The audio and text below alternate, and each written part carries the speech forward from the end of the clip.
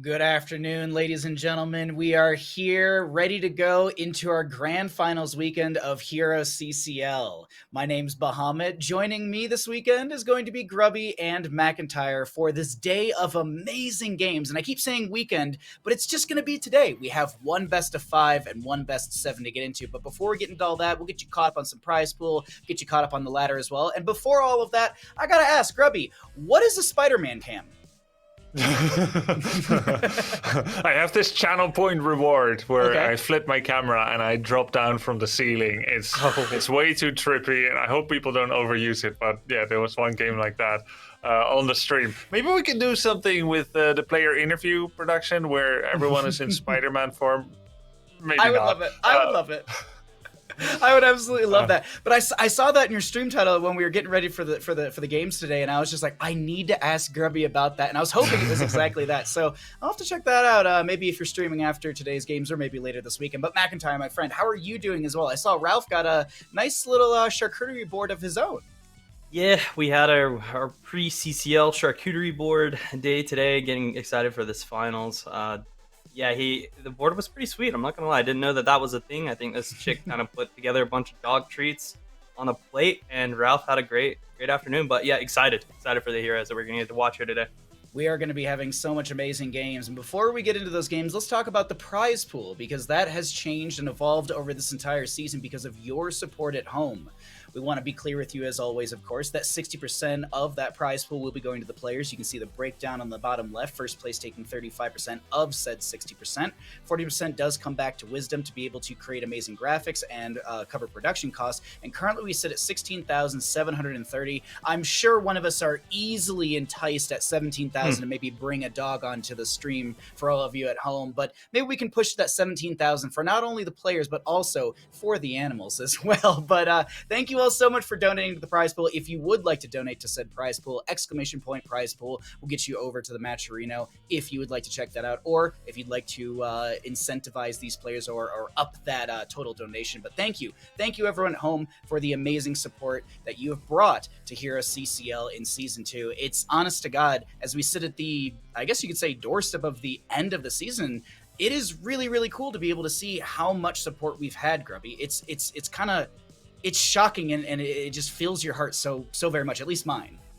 Yeah, it's very touching that at this stage, after the game has been out for so many years, there's so many people that love the game still, that love that this league exists, and that are showing their support, not just through being here and hanging with us in chat, but also by contributing to the prize pool, which is just going to make the whole thing that much better. It's going to give the players more excuse to put all their efforts into the practice. And yeah, we thank you very deeply. And you mentioned the doorsteps of the end of the season. I don't want to go through that door, no, Bahamut. Me neither. I actually got a little emotional this morning. I was taking Bandit for a walk, and as we're looking at this ladder breakdown from how we kind of got to this weekend, I was getting a little emotional myself. I was just like, holy crap, we're here. This is the final day of HeroesCCL Season 2. But if anyone's at home being like, wait a minute, Bahamut, Grubby, McIntyre, how did we get here? We'll catch you up on everything that's happened with this playoff format. We started with the gauntlet, as we like to call it, or this ladder bracket playoff, where the lowest seeded teams had an opportunity to get their way through all this. So we started with Diamond Hands versus Granite, and Granite was able to move on, but then Wildheart shut down Granite, and then Chili Mountain shut down Wildheart, and finally, the titan that the members of Chili Mountain had to fight to get into the double elimination bracket was Oxygen Esports. An amazing match, definitely a highlight for me, and I really, really liked that entire ladder bracket playoff. I think it's such a really cool format, McIntyre, to be able to have a team. They're not out of the season. You have a bad record in the regulation time, and it's like, all right, cool, we place 8th, like it's GG, see you hopefully next season. And that's not the case for HeroesCCL. We have this gauntlet, this last run, and I don't know about you as a competitor, but I think it's really, really cool. Definitely. I think it makes you not lose sight of the in-game goal, right? Which is this gauntlet, right?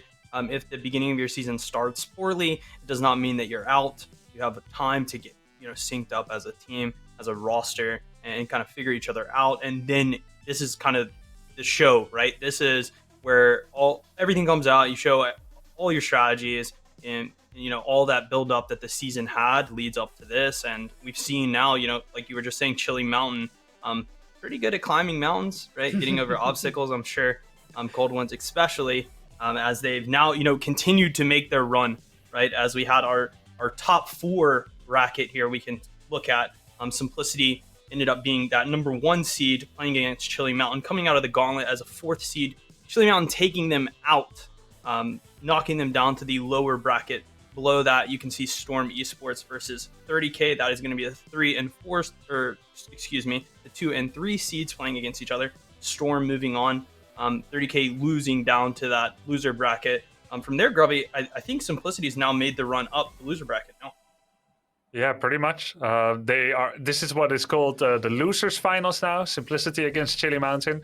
Some tournaments call it the consolation finals, which some different preferences. During HCC times, we had to call it the lower finals because nobody is losers.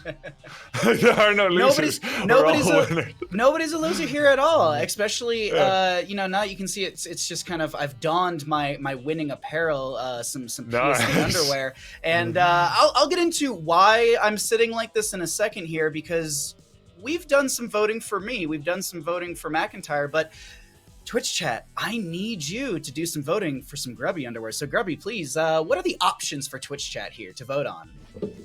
Ooh. All right, he's gone. All right, cool. That's it. Thanks for hanging out. Those are the options. There are none. No, he's got the options right here. He just had to make sure that Logan wasn't eating all of them. Yes, I have ordered 4 underwears. I have picked them myself from the PSD website. And by the way, they look really good on you. You look like a shaman of sorts, Bahamut. I might just keep this for the rest of the stream, honestly. This is really nice. There's this one. I don't know what to call it.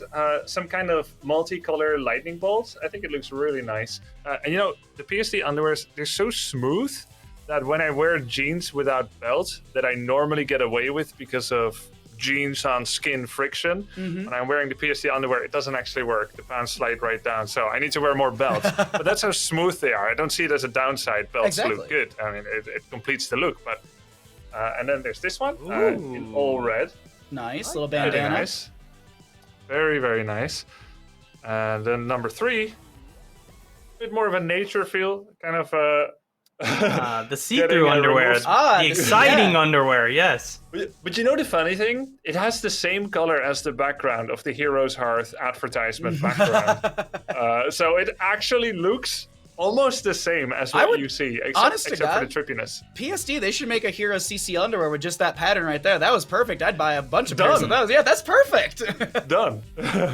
And then number 4 is going to be a really fabulous one. Ooh. I think this one might be my favorite, but I don't want to influence the votes too much. It's pink and green. 2 kinds of green. Wonderful. Very, very nice. Well, Twitch chat, get to voting. I believe the poll should have opened by now, or it's going to be opening very soon once Grubby goes through the rest of those underwears for you all at home. And the reason that I am wearing my Bob Ross underwear that you all voted so very nicely for, thank you. I actually put these on when I was playing Storm League on Tuesday, and I went 6-1 in my games. It was the best Storm League day I've ever had in my entire life. Not only that, when I finished playing the games, I just couldn't stop doing paintings. So here, I've got a painting for you all to show you at home. This is one of the paintings I did immediately after I did my Storm League. And then I couldn't stop. I literally could not stop doing paintings. So I did another painting right after that as well. So it's just been painting after painting. So if you want to get better at Storm League, if you want to be better at doing some oil paintings as well, I highly encourage you to check out PSD underwear, and you can get yourself a few pairs of PSD underwear over at !PSD, and you can use Wisdom for 20% off of your order at checkout. And honest to God, as Grubby said, the material is so comfortable. It's amazing quality, and even when I wear athletic shorts and I go take Bandit for a walk, I have to keep pulling my athletic shorts up because it's that slicker, nice material. But as we've talked a lot about underwear, and I will take these off because I think they're going to be falling off consistently throughout the day.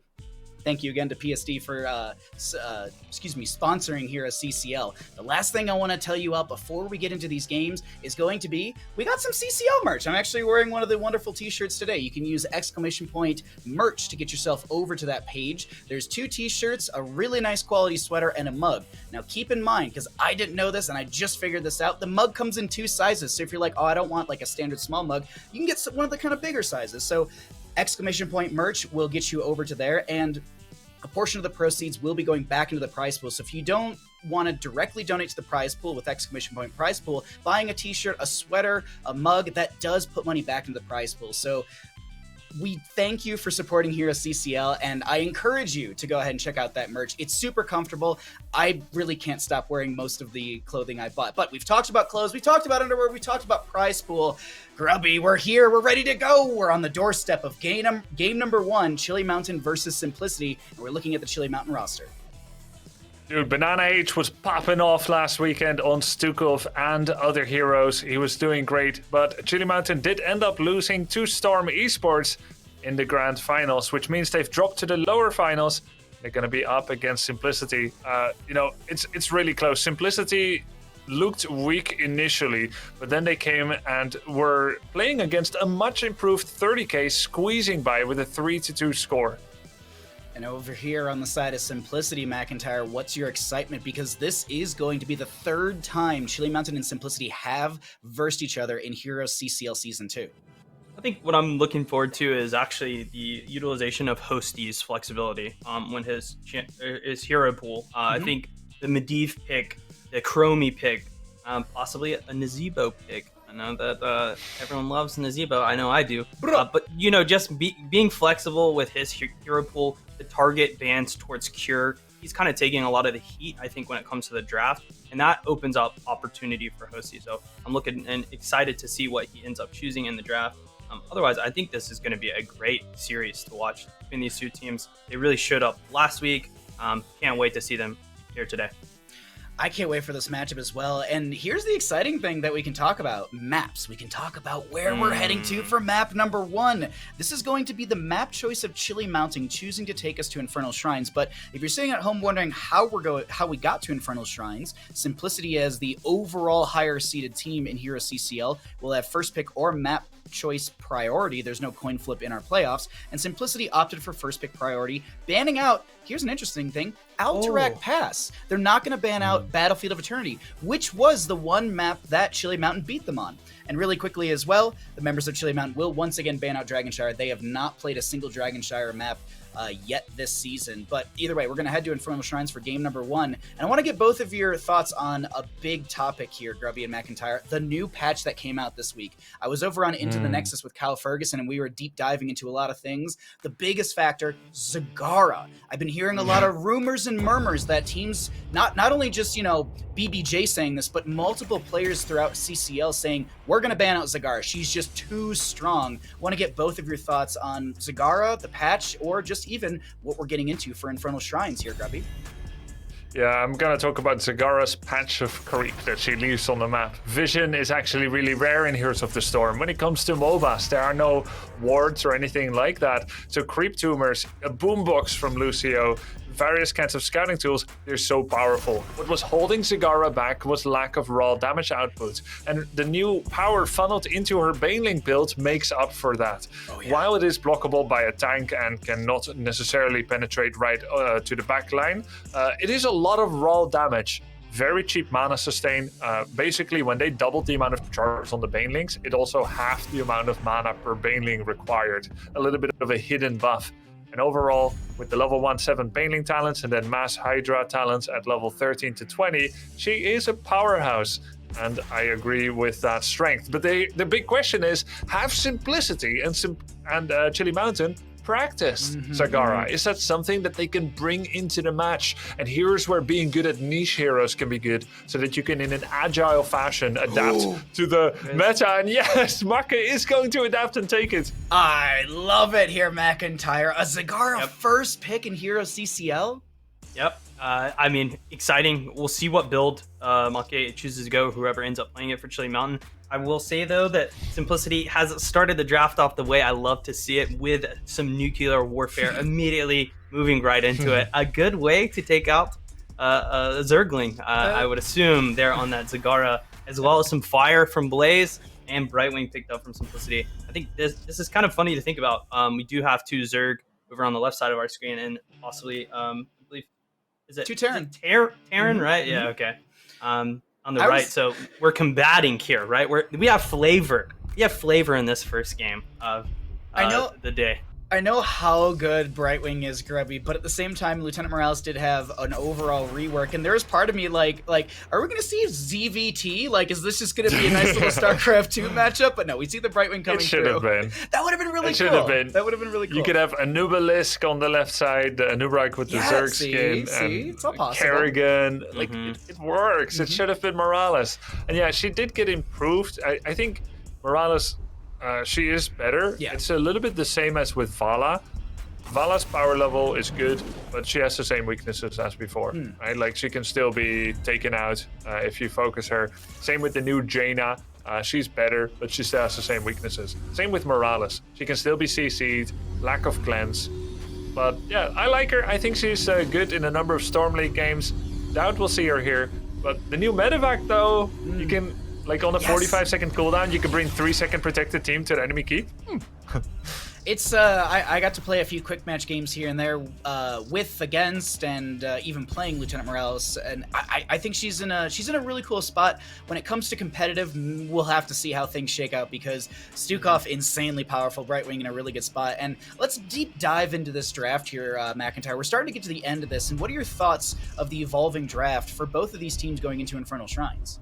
I think Simplicity really needs something that pushes the Diablo. Mind you, he is only protected by Stukov, so Chili Mountain could go something more to protect him if they need to. The Mephisto is a great choice to pressure that Diablo, that giant kind of killer at 16. You know, being able to hit the percent damage on Diablo with the Lightning Nova, I think is a great idea. And May, very good at protecting and kind of just causing displacement, especially on a map like Infernal Shrine, so good on that objective.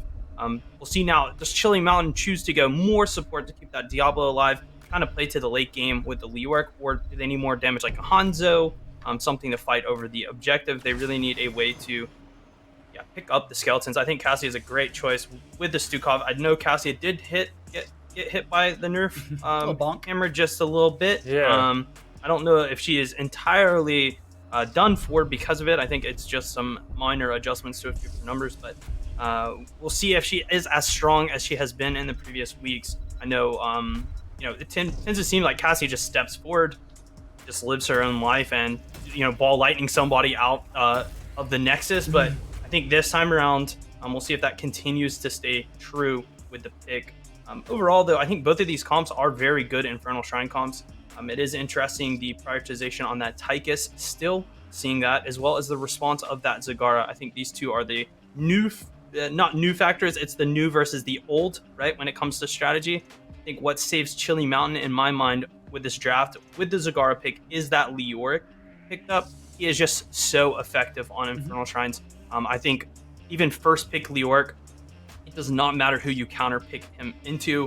He's just so good on that objective. Late game tends to happen. 1 and 2 back breaks the enemy team, right? And if we look at Simplicity's roster, while they may have the bunker to get them out of it, and that could be why they prioritize that Blaze pick instead of something like a Zeratul Procure. I still think that if Chili Mountain can get to the late game, they can get that win with that Leoric. That's where I'm going to go. Although excited to see Mephisto. Excited to see Mephisto too, right? Like, obviously, every time a Mephisto shows up on Infernal Shrines, we all get excited. Is Hosty the Mephisto main? I know we have Kepi, who is, the entire enemy team just runs away from him. We'll see if Hosty can do the same here, but I'm going to give this first game to Chili Mountain here on Infernal Shrines. Well, thank you, McIntyre, for the breakdown. We'll see you after Infernal Shrines, and I would vote for Chili Mountain as well, and I'll break that down just in a second. Let's get into these rosters as we are here. Map number 1, our losers finals game. This is a big one here, Grubby, as we got Make on the Zagara, Cattle on the Diablo, Burgolt on the Leoric, Azerite on the Cassia, and Banana on the Stukov. Over in the red, we got Simplicity, Kira on the Blaze, Legacy on the Brightwing, Mephisto played by Hosty, Lutano on the Tychus, Masquerade on the May. I am leaning into a Chili Mountain win, not only because they have a really, really good Leoric, which actually their record is pretty strong with him as well. They've got an amazing Stukov, which I wonder if we're going to see that trait build or the same icon build as Kyle Ferguson went through with BBJ. But the X factor, Grubby, for me, Zagara. I know she can be a little mono-starved if you overuse those Banelings, but you can go into Nidus and then easily sustain yourself with that as well. So I like the Chili Mountain roster overall, the draft overall. What do you think as we are in this bottom lane with Cattle having to Shadow Charge away? Yeah, so the thing that I love the most about this draft, love and fear, and find so interesting and fascinating, is that normally we speak over and over about how when Diablo is picked, you need either a mass amount of control, crowd control abilities, disables, or you need someone like Tychus, Malthael, or Leoric. In this case, Tychus was first picked, and that's almost always a reason not to go Diablo in every game so far. And Chili Mountain has been scrimming. And they have been finding that even when Tychus gets first picked, they're still going to go for Diablo Leoric, which is so interesting because normally the Hornet hunts the Wasp, and now the Wasp is coming in for the Hornet. Tychus is already picked, and then you pick Diablo Leoric into it. But it could have gone the other way. Like, you open Diablo and they go Tychus. That's the interesting part, because apparently they feel that it is still a good pick for them. They don't want to segue into a Garrosh, into a Muradin, something that they find suboptimal. It's still two tanks that can come back from the dead and save the game sometimes. That can trade out their life in a late game fight, come back and re-complement their team against now an outnumbered team. These are interesting situations. But there's a lot of control into Diablo. Polymorph, jet propulsion, there's the root from Mephisto, the slows from May, and then the damage from Tychus and Mephisto. It's insane. It could be a hard game. But this is Caterpillar we're talking about. This is the loser finals we're talking about. All of these teams are top 3 in the world in Heroes of the Storm right now. And that is so sick to see that they are finding solutions in what used to be countered. I'm looking at the builds right now, Grubby, and look at this level 4 for Zagara. Envenom Spines. We rarely, if ever, saw this in the past. It was always Medusa Blades, or I can't remember the scaling talent against heroes. Serrated. Thank you. Serrated Blades. Serrated, yes, thank you.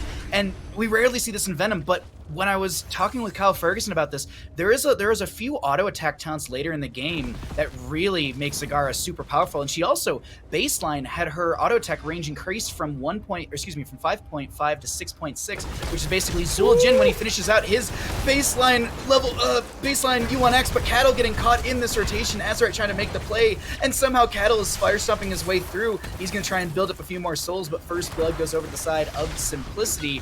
And here was my next question for you, Grubby. Do you feel like the collision course nerf by 50 damage is enough? Wow, really good pick potentially in top lane on the Legacy, not happening. But do you think the collision course damage reduction, is that big enough where it's not a prioritized talent, or do you think it's just it got nerfed, it's still going to be the hot priority at 13? I think it will probably still be the priority. It's still a lot of bursts. So what happened with him is that he got a nerf of about, from the back of my head, maybe 15% on it, but then there's a baseline damage of 100 or so. So it's really only a 12 to 11% damage nerf on the jet propulsion 13. That is significant, but it was already very overtuned, which means it's still good. Yeah. We might see others, but yeah, I think it is good. As Kira goes in again with that. He's very low on mana. It's actually a really close race. It's 9 versus 3. Simplicity gets it all off the back of that really smart Diablo setup on Cattle before when they took him out. That gave them the lead. And let's see what the little push did from Stukov and Zagara top. Let's not forget about that. Chili Mountain did get the top wall with that. So if they defend pretty okay here, we're still in a fairly even situation.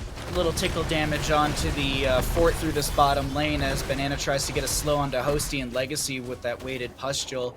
And we'll be 8 up on both sides in our talents. Some more Banelings for this Zagara, as this is going to be the Baneling Massacre. Gain 2 additional charges of Banelings and reduce the cooldown of Baneling Barrage by 0.5 seconds.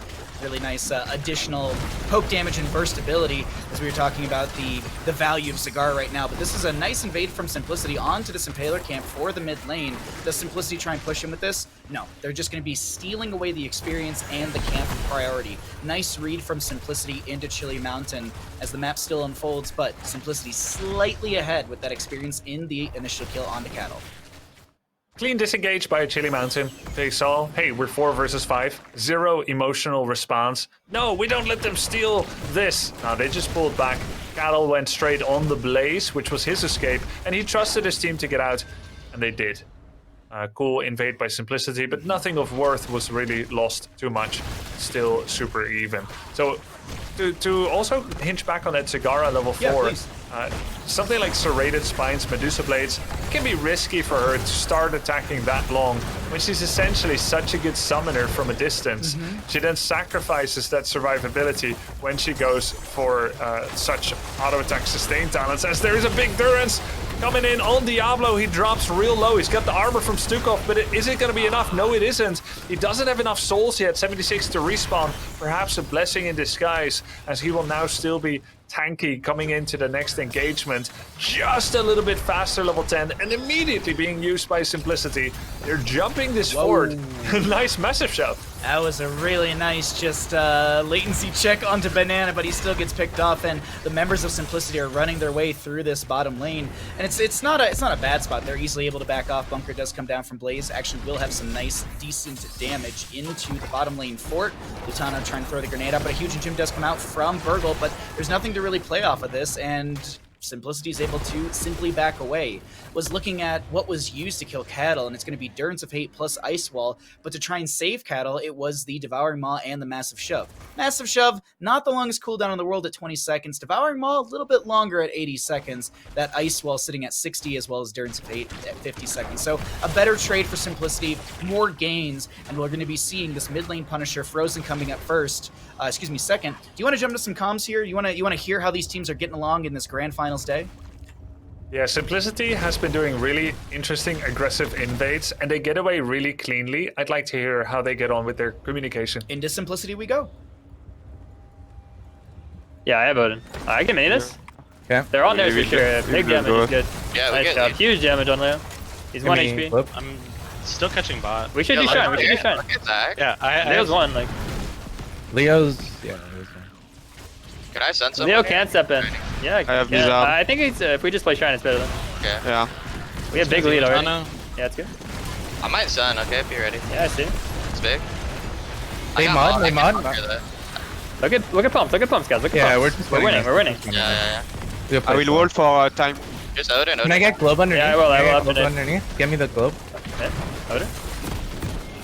Get me globe. Get me globe. I'm in trouble. Good. Stunning. I see that. I see it. I'm pretty I see, low. I see. Die. Has right. Nice. I'm low out of this, by the I way. have cleanse when you pop out. Hit burger. Hit burger. You gotta skill pumps. I'm in two. Yeah. Finish. I stun. It's big. We play fight. If we lose yeah, Shrine, Jab. Okay, it's souls. Let's play for kills.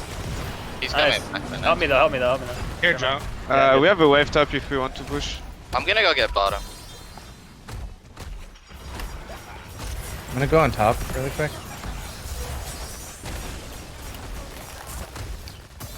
The Punisher may not have gone over to the side of Simplicity, but the war, the battle, the fight went definitely over to their side as they picked up a few more kills. And the big thing we heard right there is play for kills. They know that they're not winning the Shrine, but they can reset Diablo souls. And that's a big factor as Cattle sits at 3 souls now, Grubby. Yeah, Bahamut, this was a good prioritization. Do they call skeletons punks, by the way? I was trying to figure out what I couldn't hear it correctly, and I was gonna ask you the exact same question. But all right, so they're oh. Just there's as many words for the skeletal defenders as AMC's The Walking Dead uses for zombies. Biters, walkers. Let's be the punks, McIntyre. crazy. He's got us. Pumps, which is short for pumpkins. I guess like pumps, for, okay. yeah, no, that's now that he said it. Thank you, McIntyre, for keeping us in the know-how in this. But I was thinking like pumps, like high boots or high heels. Same. Or I was like, something. why are they trying to kill a bunch of shoes? Maybe they got Why a are priority. skeletons wearing high heels? Like, just doesn't make sense. I would love to see the skeletal defenders though, just defending in their high heels. But regardless, this is going to be an exciting game as it does They're continue. so bad at it. Just Oh, don't no, have be nice to the skeletal defenders. They do their best. They deal like 3 auto damage, but Ice Wall comes out onto Cattle. No souls currently, or he's got 16, so no reset. Durance of Fate to follow up. The 1-2 punch from the side of Simplicity is so good as they have found the second kill, or I think this is actually the 3rd kill into Cattle, but this is the 2nd time they've utilized that heroic combo. Well played from Simplicity, landing this combo to get that kill. Oh, this was like a 2-man gank attempt here by Chili Mountain. Definitely risky with Diablo being dead. that could only really work if somehow they do a perfect 100 to 0 on a Blaze that rotates up. But Simplicity has been reading this game way too well. This two-man gank was risky. It didn't work out. Simplicity showed up in force, as they have been doing in every area of the map.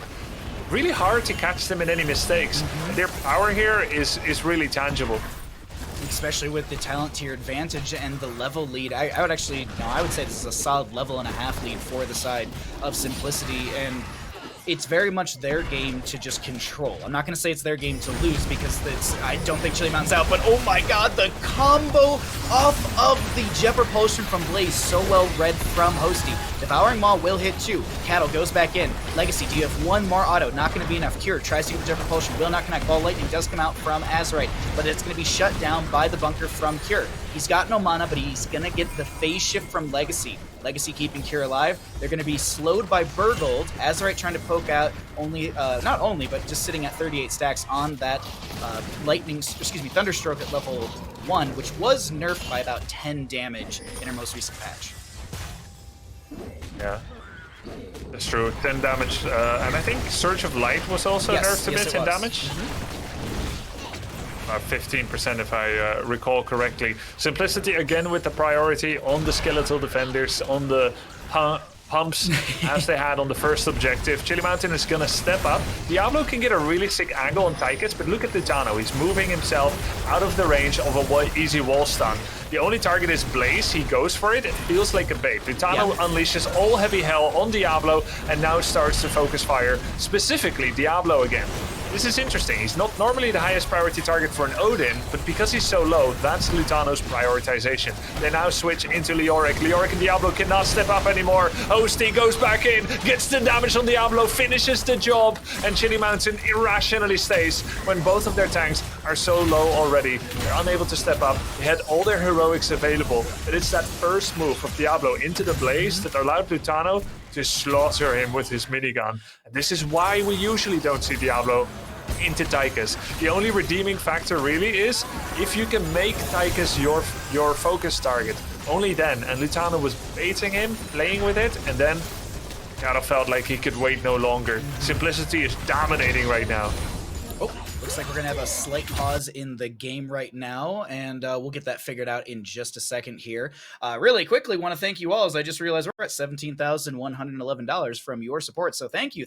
We broke 17,000 for HeroesCCL. That's amazing. Thank you, everyone, and we'll get this figured out here in just a second as to what we're paused for. But taking stock of what we're looking at right now, I was checking on the Zagara numbers as this push was coming through the top lane, and number-wise, she's doing great.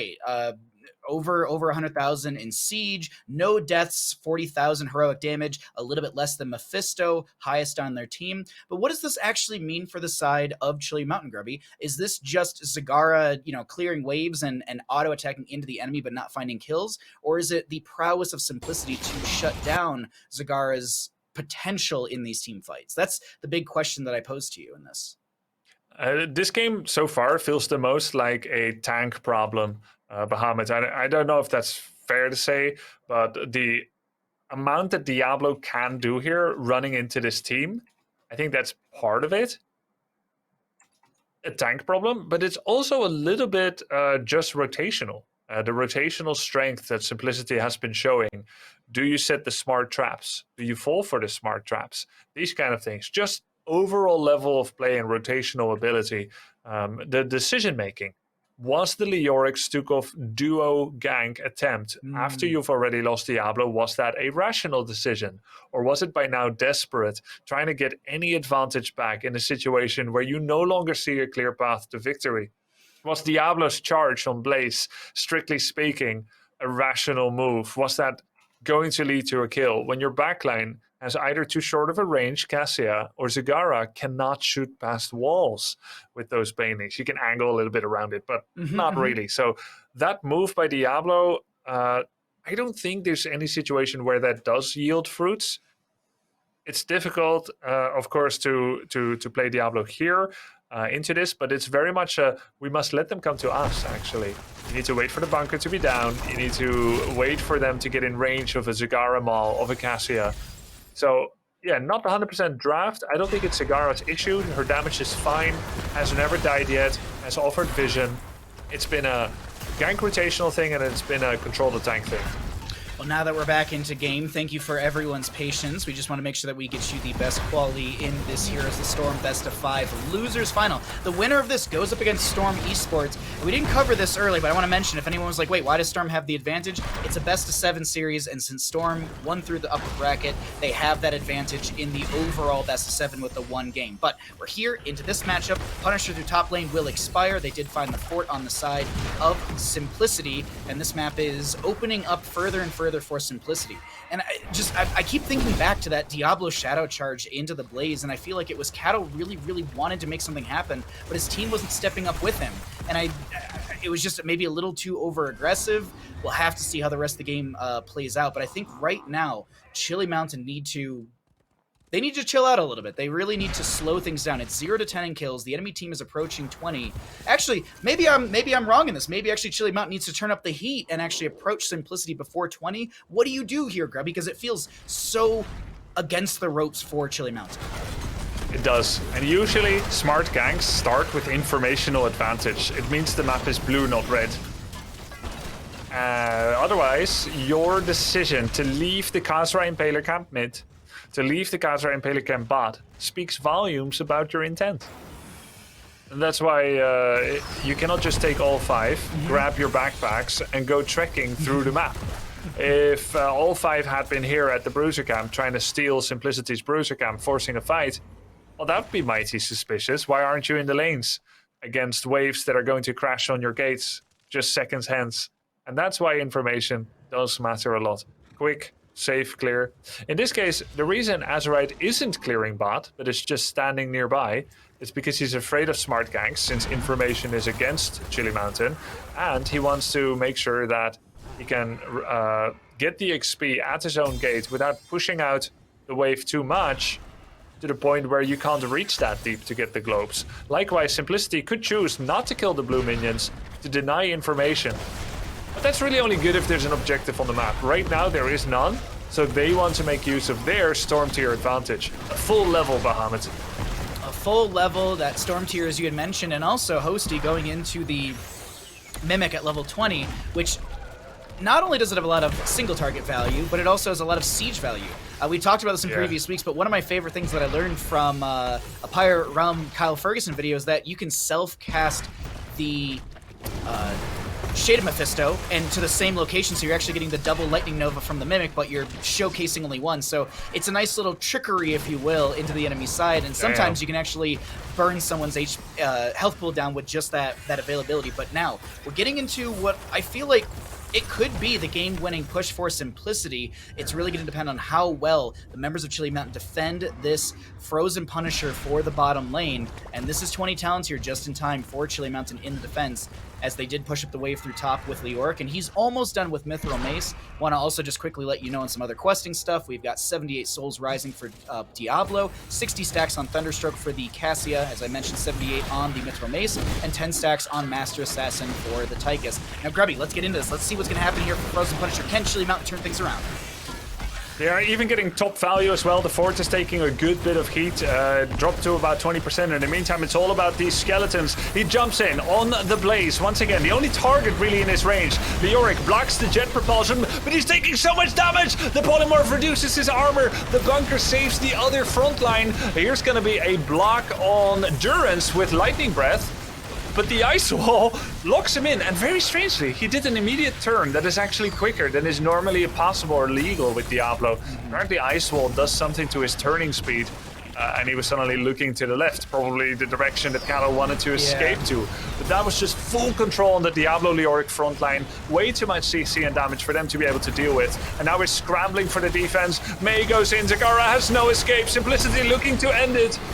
Make taking a lot of damage, and bottom lane will go down to the Mei auto attack. Banana getting very low. Jet propulsion will connect from here, and he finds the kill. Actually, Mei Masquerade to be the one to steal away that kill. We do have Leoric respawning. He does have that level 20 Burning Despair, but that's not enough. You gotta go for March of the Black King if you really want a 1v5 right there, Burgold. And that also will be Master Assassin completed out as 15 kills will be found on the side of Simplicity. They march to core with a Frozen Punisher above 50% HP, which is easily enough to end this game. And Grubby, this is looking great for Simplicity to kick things off in their third best of 5 matchup against Chili Mountain.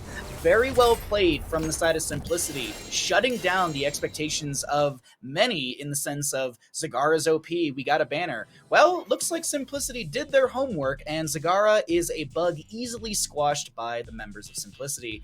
I gotta get McIntyre back in here. Thoughts? Was it all the nukes of Lutano on the Tychus, or was there a lot more value from Hosty with his casual near 63,000 heroic damage and 0 deaths? Well, yeah, no. I mean, I definitely think Simplicity is here to play. They showed up on this map. It was a great, even to the beginning of the game, I think around level 6, they got that pick on Diablo, and then they just took that lead from objective to objective, kind of getting them to that late game stage. I would say, I think a very important play that Simplicity made because of their advantage that they had kind of obtained over the course of the game was they slow pushed bottom that 2018 window.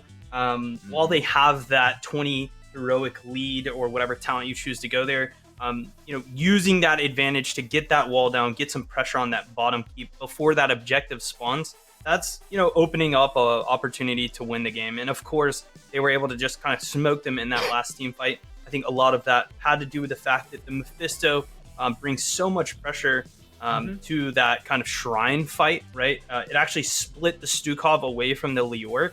And so he was just kind of out in space by himself. As Leorcs tend to do, I would say actually Entomb typically at level 20 keeps you a bit safer because you can play a little further back, right? But if you step forward as Leorc, especially against a Tychus and a Mephisto, you are expected to be blown up.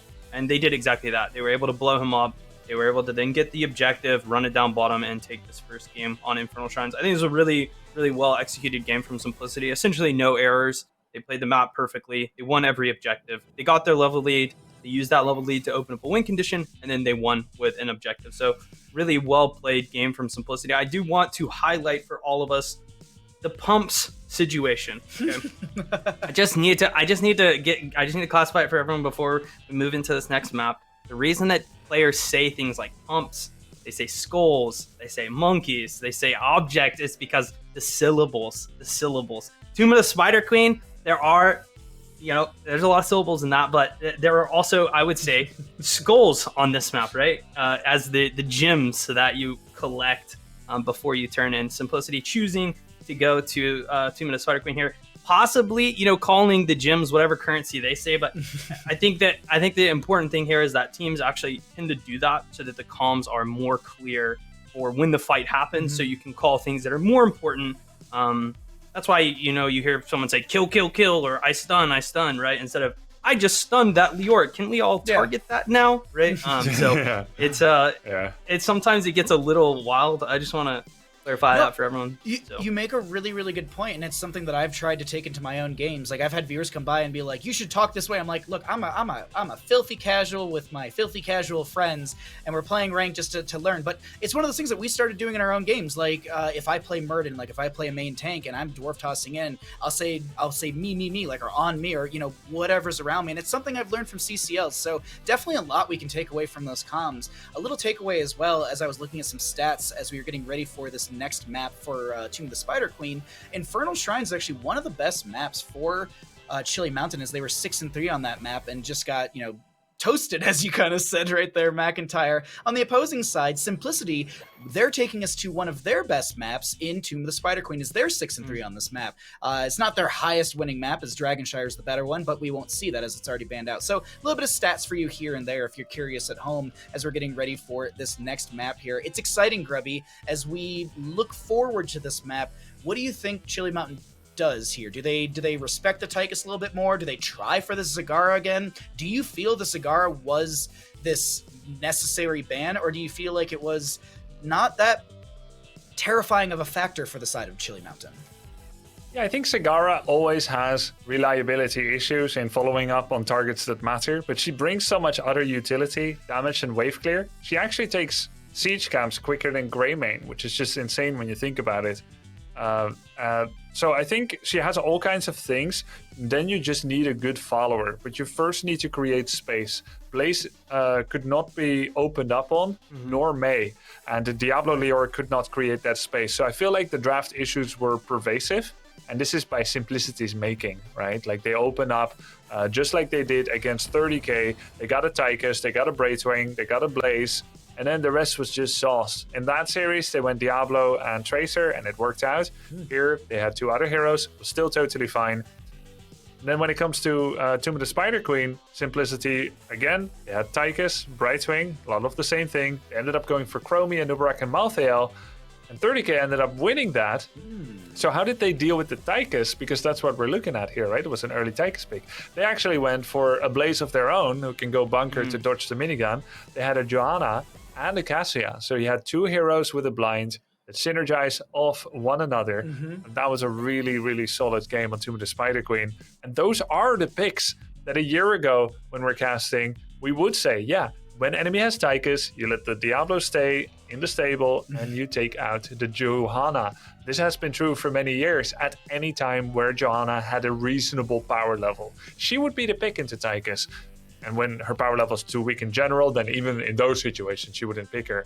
But that's what you would go for. And maybe we'll see an adjustment from the front line from Chili Mountain if Tychus gets prioritized so heavily again by Simplicity. I believe that was also a Zealous Glare game as well, which gives Joanna an extra charge of her blind, or her Shield Glare, excuse me. And fun fact about Shield Glare, because we talked a lot about this patch that came through as we're getting into the Tomb of the Spider Queen draft. Shield Glare scaling is fixed. We got it. So now I can answer all those questions. Would I have won that one? Would I have won that one Storm League game if I just... No, it can't. Okay. You wouldn't have Baha. Right. It would have done 50 By the way, more damage. All right. It was Globe Talent, by the way. I remember that 30k X-Ray had like 45 globes in 15 minutes. Wow. So I remember that distinctly. That's actually really, really fast. But let's get into this Tomb of Spider Queen draft, as I believe that is the 26th ban. Yes, that is the 26th Hogger ban from Chile Mountain this season. They refuse to play it. They don't want to play it. Poor Null. They don't want to play against it. I don't even know what this is like. This is like not eating barbecue sauce. Like, they're just not about it at all here. Doesn't matter where they are, what they are eating. They refuse to have Hogger. I mean, I respect it. I think there's a limitation to these players. While they are, the top of the top, the best that Heroes has. I mean, there are some times where you just can't learn a character, or even no matter how hard you try, you can't play it at that top level. And I think just being able to, recognize that and draft around it, I think, is a respectable thing here. And Chili Mountain's doing that. They are also leaning into this Zagara pick. I would say for me personally, the pick felt like Zagara. I don't know if it was because the game ended in a way that basically she couldn't come online with that level 20 talent, but it felt very similar to how Zagara has always felt. She's non-mobile, flat on the ground. If a stun lands on her, she kind of blows up. So we'll see if that changes on Spider Queen. Definitely a map where, having some creep on the rotations can help, and wave clearing is very important. But a character that wave clears just as efficiently and can also turn into an Odin, Tychus, here coming out from Simplicity, seems to continue to be the running joke of for myself, but also the most successful character that I think teams are drafting right now when it comes to Heroes of the Storm. Well, I mean, you could get Nova. She does have a sort of nuke of her own with that Priestess. I'm sorry, it's not a good pickup, but maybe we'll see a rework of Nova at some point. But yeah, I do agree with you. Like, we joke about this a little bit, but Tychus is such a really, really good tool in the sense of, and I've talked about this in many other different leagues. I've talked about it in CCL as well. Level 10, just in general, Commandeero is a good anti-siege, siege, team fight. It's like Greymane. That heroic checks every single box, where like Greymane, he checks every box in the sense of like he can solo, he can camp, he can be in the team, he can split off, like there's all, and he can 1v1 really well. So I love this Tychus so much, and I agree with you. And there's the Stuke off as well. A beautiful start for the side of Simplicity, as they will get rid of this Joanna. They do not want to deal with the globe stacking Joanna nor her blinds. A nice heads up ban from Simplicity, and Blaze. A great ban. I love this Blaze ban, Grubby. And now that Johanna is gone, does Chili Mountain want May Cassia to round things out with? Yeah, very likely, especially considering the players and who is still left to pick. Azrai being on Cassia makes a lot of sense. Cattle was in love with May when she came out, and definitely was one of the the first to play her, right, when people were saying no. But Masquerade is also a great May player too, right, and sniping it away. What do you go for now? You don't have synergy with Cassia anymore with the blinds. You don't have blinds on Tychus. You kind of have to change tack. You can't bring the fight to you with Stitches. You're not going to do Diablo again. You want to synergize with Zagara. I'm struggling to think. It's not Muradin. No? It could be Varian. Maybe just go Varian so you can ignore the minigun a bit. And then you need a big burst. A Nubera. Yeah. It's very squishy into this team. The siege potential is really, really big. Like, if Chili Mountain can win a team fight or two, they can run down a lane. That is the benefit, McIntyre, but you have to win the team fight. And last game, if I check my notes, it was 0-15. No team fights won by the side of Chili Mountain. Yeah, look, I mean, if you could cocoon anyone, Tassadar and Tychus can break it so fast. Done. You still have like Matteo last pick. Dahaka's really good. The new level 7 talent is... Yeah, Dahaka's insane right now. They've merged the 7s. Isolation hitting a Nubarak just pretty much destroys him. Same with Yarel, right? These are both characters that like want to utilize their health bar and then hit their, they either dig away or Yarel hitting her heroic to put her shield to protect herself. A well-timed isolation stops that from happening. Even on a character like Brightwing, being able to hit a silence, especially when we hit the level 20 talent and we're contagioning to Brightwing after she's blink healed to that Nubarak, right? Like, now all of a sudden she can't blink heal away. Goodbye, Brightwing. I think this is a great last pick. I'd say for me, Chili Mountain's comp, they're lacking a way to make something happen, right? Like, their way to make something happen is a noob walking forward and knocking people up with his Q. And like, if that's your win condition, I assume we're gonna see Sylvanas with a mind control, possibly using it as a way to hook someone into the Anub, into the possible Baneling, a barrage, and then maybe a Maw on top of that, right? Or a Yarel flank. But like, these are all things that Simplicity, if they posture properly, can just stop from happening. I mean, I love Simplicity's draft. I'm going to continue to give the wins to Tychus, whoever has them, until someone proves me wrong. So Simplicity here winning game number 2 on Tomb of the Spider Queen. I would agree with you as well here, McIntyre, and we'll see you after Tomb of the Spider Queen. Thank you for your expertise and breakdown, as always, as we look at Chili Mountain's roster. We got Cattle on the Anubrak, Make on the Zagara, Azurite on the Sylvanas, which is interesting to me because usually it's Make, Banana on the Brightwing, and Burgult on the Yarel. Over in the red, we got Simplicity, looking to simply continue their reign up against the side of Chili Mountain, with Legacy on the Stukov, Kira on the Dahaka, Lutano playing Tychus, Masquerade on the May, and Hosty on the Tassadar. I tested a bunch of Dahaka. Granted, it was in quick match. Grubby, I feel like he's in such a good spot. Like, Dahaka was pretty good before. He was, in my opinion, Dahaka was in a pretty good spot. Now, he is really he's just through the roof with multiple different builds. You can go speed build, you can go for just PvP, PvE. There's so many different ways to adjust your playstyle now with all these new functionality and talents, or even just additional talents like our little, like I like to call it, the mortgage talent at level 7, paralyzing enzymes. But we'll see if that's picked up a little bit later. I think it's kind of cool. By level 20, just the tongue drag bonus damage is like 662. You have to keep, and you also have to factor in the baseline tongue drag damage that scales throughout the game. So just really cool factor. But Grubby, I want to get your thoughts, your breakdown, as I'm calling for a Simplicity win. What do you think about this matchup, and even just who's got the stronger draft? Yeah, I think Simplicity has driven Chili Mountain a bit into a corner. It started with that Tychus prioritization over Zagara. It is strong, but a Nubarak is what I call a nice first kill there by Chili Mountain in the series, by the way. I think second kill? There's going to be a second kill as well, perhaps. No, Simplicity got the big burst heal. In fact, this may turn against them, actually. Was it an overextension? Phase Shift comes in from the Brightwing onto Azurite. There will be the Tassadar going down to the Zagara in the top lane. Phase Shift, Polymorph, a lot used onto Masquerade, but it is still going to be a double kill. It wasn't found in bottom. Oh, wait. Cure comes in with the burrow right next to Azurite, but it's looking good right now, Grubby, for the side of Chili Mountain, at least the opening for Tomb. Yeah, and just to note on, there are some difficulties with the draft for Chili Mountain, though they haven't really shown those difficulties yet. But what is true is that Anubrak is kind of a rule breaker. Pure pure damage-based heroes, let's say like a Li Ming, really suffer when they are behind. They suffer to make something happen. But Anubarak, even when he's at his most countered, let's say he's against a Grey Mane and a Tracer, heroes that he basically can barely do anything against, even then, he still has 2 stuns, he still has Cocoon. So what, you say the Cocoon can be broken quickly by a Tassadar and Tychus as they have many damages instances per second. Even then, you can still Cocoon Mei and instantly move on the back, preventing them from freeing the Mei.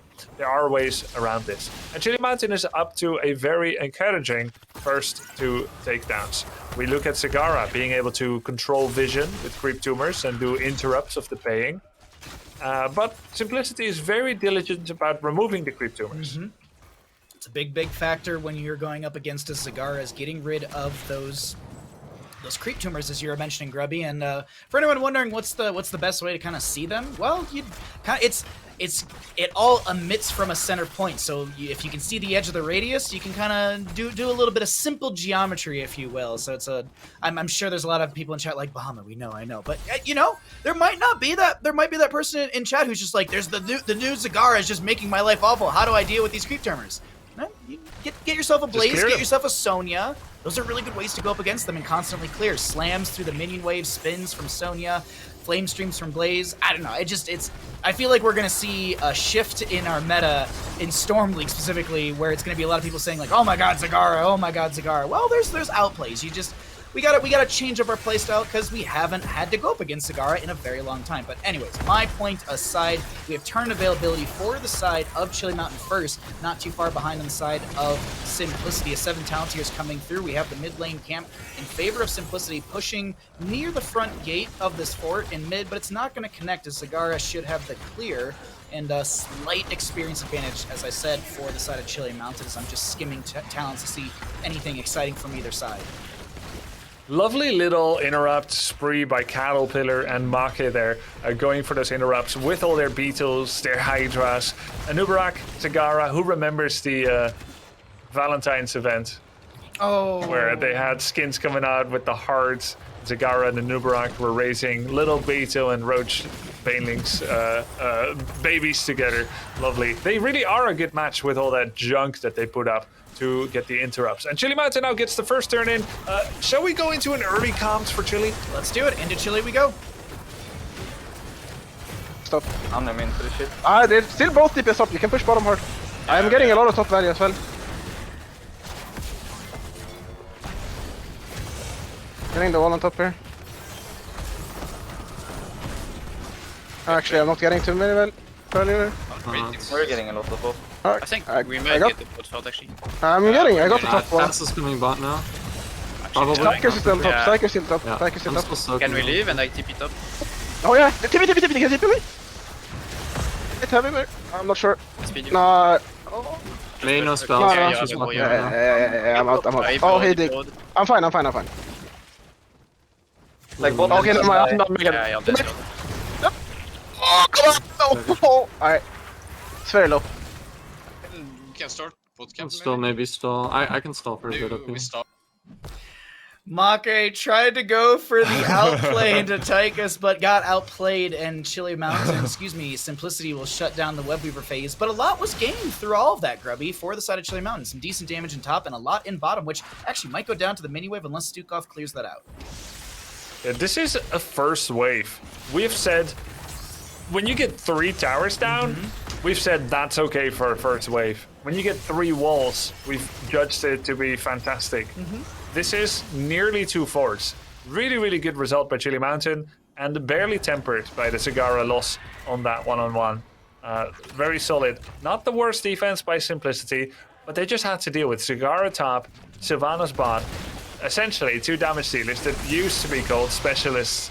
Nice quick devouring maw. He knew he was going to be in trouble otherwise. Assistance is requested during the mob, but it doesn't look like Cattle can get there quick enough. Tried to make a play into Legacy, but did not connect onto the Stukov as the mid lane push will continue. And while all this is breaking out, I was looking at minimap. Azurite snuck bottom lane and was able to utilize Sylvanas to find the fort and push up that siege camp. Not a turn-in doesn't exist for the side of Chili Mountain, but if I'm not mistaken, they only need a few more gems. Maybe we see a fight break out. Nice force wall from Tassadar just to push back Cattle, or at least stop any sort of advancing from the large beetle. This is... Oh, they're going for Zagara. Top lane. He's trying to get away. The isolation misses. There's the TP. As he continues to try and get away. The ice wall on the Nubarak. Mid-burrow charge. That does set up the kill into Zagara as Lutano's able to have the sustained damage. But a fort is traded out for all of this, and we do see Sylvanas able to grab a camp for the mid lane as well. Though... this is going to be a turn for Simplicity as they will be advancing through these lanes. Let's see what value Simplicity is able to grab with this first Webweaver of their own on Tomb here. As I'm actually looking at bottom lane, Tychus is diving onto the Urel, and I think this is Burgled. Wait, really? With your entire team rotating down here, you don't continue the chase? You push out the wave, Grubby? Or is it because you're out? Yeah, no, it is partially because of Urel. They could have maybe got Absorbent Defender out, and that's about it. But they would have given up 50% of the bot Webweaver health. Okay. And she would continue to defend. I think it's the really tough laydown, turning down the double aces all in. In this case, they just wanted to make sure to keep pushing out. And look, it's a 80% Webweaver. Urel's going to have to defend. That now offers a potential 5v4 top if Simplicity can create enough space. But look at the frightful speed with which Chili Mountain was able to kill those Webweavers. That stands in stark contrast to what they were able to do with theirs. All the towers are still standing, except one bottom tower. But except that one, they all are. Well, I got one bottom lane bell tower. GG, well played. Let's go next. But we do see 13s arriving for both teams in just a second here. Lutano's going to get the self-unstoppable Cocoon onto this Stukov. Well played into the pick onto said Stukov. Now, Ice Wall comes out, not connecting, more or less just blocking the enemy team with a Force Wall as well. And Chili Mountain with a 13 talented advantage. They are looking for blood? No, they're going to look for a turn-in. Imagine going 0-15. You look like the worst team in the world. Can't even... they didn't actually. They actually didn't. But imagine a casual viewer tuning in for the first time. They're like 0-15. This team sucks, right? Like thinking it's just a display of power and not somehow enabled or disabled by the draft. Oh, that's a cool force wall by Zagara. It may actually get Tassadar, the Archons, to try and get away. They still managed to get him. That's the second in a row Pacific Rim style ult being used by Tassadar and before Tychus, only to die briefly after. Fantastic results here for Chili Mountain. But just to finish the thought, you go 0-15, you think there's no hope anymore, at least maybe the casual viewer, and then a different draft, different situation, casters don't believe in you, and you just end up winning. Just end up kind of winning. Doesn't look like Tychus and Tassadar are drift compatible. As Lutano, oh my god, Azurite, you got no mana, but is able to use the Windrunner from that level 13 to be able to disengage back through the gate. I thought Azurite was going to get chunked and taken out, but Webweaver through bottom is right on top of this keep, or at least right on top of the keep front gate. And this push, does it continue? Does Azurite and crew do the members of Chili Mountain continue to stick down here with the low mana bars, especially with Sylvanas? No. I think Zagara and Sylvanas were hearthing out of bottom, and no Nidus network for the Zagara. But why do we see a 13 hold just now being picked up here? Why were we holding for Hydralisk Transfusion? Maybe Spell Shield. Want to see if I am going to get all-in by someone. If so, I immediately take Spell Shield and give myself 50 armor. I don't need the Hydralisk Transfusion healing yet. I have been safe so far and with the team. But if I get picked off, then I take that. If it looks like the game is going to go normally, I end up finally taking Hydralisk Transfusion. I think it's super advanced. Oh, that's a good potential pick. There's 40 gems. That's going to be Kira able to burrow away, and you have the baseline, a little bit of 50% movement speed, but there's going to be a force wall, a lot of silence with the isolation, and that will be Burgle going down. Cryo Freeze used. I think Masquerade actually just Cryo Freeze to mitigate a Cocoon, because look at the cooldown of Cocoon right now. Oh, nice. Nice play. I think, by the way, really good. Urel could have pressed Absorbent Defender. He had a good second or so to press it. He decided to hold it. He ended up dying because of it. Was it? Would you consider it one of those decisions like I don't want the 2-minute cooldown just yet, or is it? I mean, would you have lived there? He was dragged down behind Force Wall and sequestered away from his team. Maybe he felt he will still die even if it gets used. That's what I'm wondering, yeah. I can't judge that. correctly, that might be it. But now that this gives simplicity, the turn in, Yrel's already back. He still has the Ardent Defender, so he's going to be able to use that. Maybe more importantly than just surviving a isolation attempt there. Zagara, wow, that's a long distance drag tongue. The TP comes in though. Elongated tongue, 20% increase rage on that tongue drag for Cure at level 16. We'll be able to solidify that. Cure taking a lot of damage, does pop the essence. And for anyone wondering, there's Tunneling Claws was built or baked into the Burrow baseline, but you only move at 50% movement speed. Though Kyle Ferguson and I were talking about this, and there's some movement speed buffs that you can get, I think at level 16 from the bush, and it overall still buffs the Dahaka. So we were sitting there like, would you actually get movement speed bonus to that Burrow potentially? I don't know. Anyways, we were theory crafting a little bit. There's some. You can go from 50 to 125. Yep. At the 16, but you don't need to maybe, because when you brush talk with 50% in a bush, you're still faster, right? Like 75% or something. It's really solid. He chose not to go for it. They're gonna go on the Haka. The Haka goes down. There's a Cocoon here as well. They get the Stuck off Chili Mountain popping off right now. 2 kills already. There's the Polymorph and Tassadar, minus 25 armor. He goes down. And with Sylvanas Black Arrow, you gotta be quick on your thinking. What do? You're 5 versus 2. Do you go for a keep? 2 keeps with Black Arrow? Do you go for the boss, or do you go for the turn in? And this looks like they're actually trying to get 2 keeps. Turn availability doesn't exist for the side of Chili Mountain just yet. They need 14 more gems picked up in lane, so this is looking like a quick call for boss. They did push up the top lane a little bit with Azurite and started tanking onto this boss. Cattle comes in, some good blink heals from Banana, and this is looking good for the side of Chili Mountain on Tomb of Spider Queen. But it's Tomb, it's anyone's game, it goes late, and 20 Talonteers could be the big turning factor for Simplicity, as Chili Mountain are saying this is not going to be a quick 3-0 Simplicity. You really need to put up a fight against us, and this is the game I was expecting. I was saying it at the beginning, I was saying it in chat before the stream even started, I want 11 games, as that is the maximum amount we can have today. Yeah, let's do it. Let's just do it. All right, yeah. I believe the CCL writers put that in there as well. That's why we're seeing such back and forth right now. But thank you to the CCL writers. We really appreciate the script for this weekend. But now Cure coming in for the flank. Ice Wall comes out. Will not connect. Nice dodge. Really good sidestep from Cattle. Very nice dodge by both Cattle and Azurite. Ice Wall is down. That does create the space that Simplicity wanted to mitigate damage here. The fountain remains up. The gate is down. And at this point, Chili Mountain is getting ready for the last stretch. Now, Tomb of the Spider Queen is a tricky map. Yeah. There are 2 win conditions, basically. Either the boss, and you push with it with an advantage, and you can try to go for the core, or the Web Weavers. The final gems in the packets of Chili Mountain have just been deposited to summon the Web Weavers. Against 3 naked keeps, even without wall, this is almost never enough to finish the game. If you get extra kills, maybe, but overall Simplicity should be able to defend here, losing maybe at most 1 keep. And their positioning is good. Dahaka bot, Tychus top. Can they gank the Tychus? They're thinking about it. Azurite is going to go over the wall, so is a Nubarak. Is he too deep? Lutano gets hit with the Cocoon. Does that buy time for Simplicity to rotate up? Commandeer Ode does come out. There's going to be a brush talk from Cure into the backline. Azurite gets hit with the Isolation Banana, and Azurite trying to put damage into Cure as Lutano's able to get away. Devouring Maw onto the May, but there's a tongue drag onto Cigar. She goes down.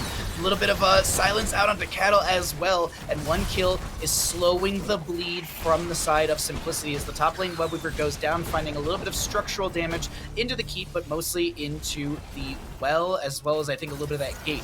Mid lane keep does go down. Osty and friends to clear that out. Dahaka managing bottom lane, and Cattle and crew, they want to try and make a play into top lane. Massive shove will be stalled out by the polymorph from Brightwing, and just Seraphim, all the buttons used onto Burgle. He's a Yrel, he's going to get out just fine. Can the members of Chili Mountain make it out, or will Masquerade freeze them in place? Oh my god, max range! Max range! Good play.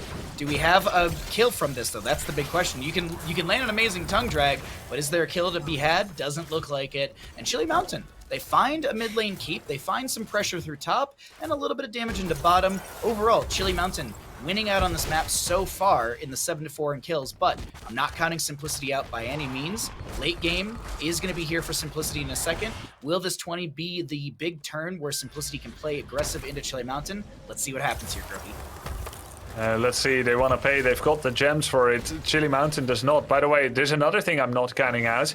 That Bruiser camp remainder, the straggler taking out the gates in the mid of the lane. He's still working away at it. Meantime, the fight starts. Nice impale on the 3 backline. Like the upgrade for Tassadar at level 20 of that Force Barrier, and basically you can cast Force Wall within anything you can see on your screen. It's a very, very big range onto that, as it was attempted onto Azerite. And also there's a 50% cooldown, I think, overall, so I think you have an 8-second, no, it's even less than that. I think it's like a 6-second cooldown onto your Force Wall from Tassadar. Actually, it is 8 seconds, but Tongue Drag from Cure will connect. There's going to be Make taking a lot of damage, goes down to the Tychus Commandeer Odin. Big nukes coming in, just as McIntyre was saying. That's a big winning factor. Cocoon onto this Tassadar below us, but Cattle getting so very low from Masquerade. There's going to be a weighted pustule onto Cattle, slowed by Legacy, and this is looking amazing for the side of Simplicity late game. Force Wall doesn't catch anyone on the enemy side, but this top lane fort should go down. The one thing that needs to be managed is Kira is going to be hearthing away for that. Bottom lane has the Siege Giant camp coming through on an exposed keep. Kira does not want that to be burned down, and also with the Web Weavers being with the Web Weavers descending fairly soon, Kira wants to push out that bottom lane so the Web Weaver finds a wee bit of value down there. Funnily enough, those 3 Siege Giant and Catapult together there got 4 hits total on the keep only, as they were very distracted, getting multiple hits on the minion wave. Those 4 hits that we just saw on camera, that's about it. So a very clean and necessary fight by Simplicity, winning the fight there, and having enough time to go bot, losing almost nothing. Chili Mountain felt very incentivized to take that fight, as they would be buying time for the Siege camp. Normally, you avoid 5-on-5s if you're ahead in Siege, if you at all can, because then you're basically buying time for more pressure. This time they had the pressure, they wanted to push, Simplicity aced it. Some great drag tongues plays coming in from them. When is the next Odin up? It's available here, and he's gonna unleash all havoc upon Chili Mountain. He now has more range than Zagara. About damn time as Tychus pushes in through this mid lane with that Commandeer Odin. Webweaver in bottom will find the fort as that's pushing in at about 50% HP. Urel jumps in, and there will be the burrow from Cure. Cattle comes in with the burrow charge, the impale, the rewind. Cattle trying to make the play. Devouring Maw used onto 2. Cure very low, so is Legacy, and Burgle gets the stomp. There's the Ardent Defender used as we see 1 kill onto said Stukov, and Odin is just body blocked as he did get hit with the Cocoon, and that's going to be a double kill for the side of Chili Mountain, keeping their keep alive. Oh no! Counter kill. Sylvanas! Counter kill, tongue drag onto a beetle.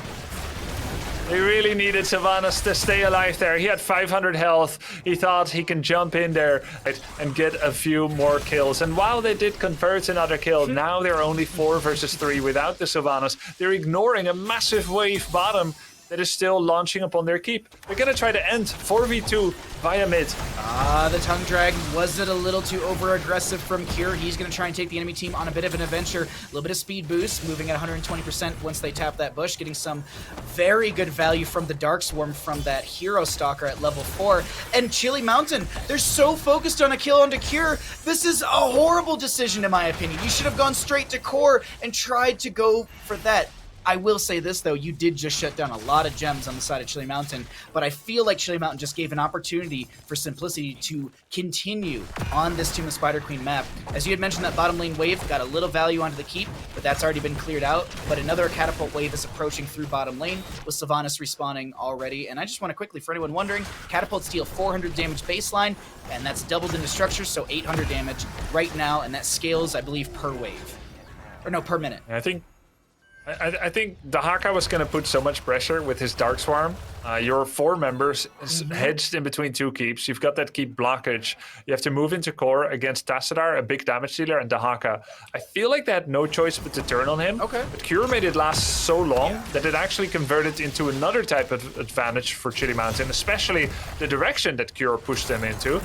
They had to take the boss. This is going to secure them the keep. And if they can now get a kill in this 4-second Dahaka dead window, they can actually try to go for core. They need to convert it into a kill, though. Very smart slow by Legacy on the Nubarak, kind of slowing him down. There's an ice wall. There could be a big contagion coming in here. Tongue drag will he already connect cast it. onto the Brightwing as it comes out of that of that ice wall. And yes, the contagion did splash to quite a few members. Master Chef comes out from Legacy as they're trying to clear the core on the side of Simplicity. This may be a little bit of percentage off the core, maybe just the shielding, and that's actually exactly it, just the shielding. But here's... When you look at it, it looks like it has damage. It does, you can see the health bar has been touched, but it says 100%. Maybe it was like 0.01. Just some... Dahaka burrowed in! Okay, but Dahaka burrows in, but he gets chunked for nearly 50, does pop his essence and moves to the camp for the mid lane.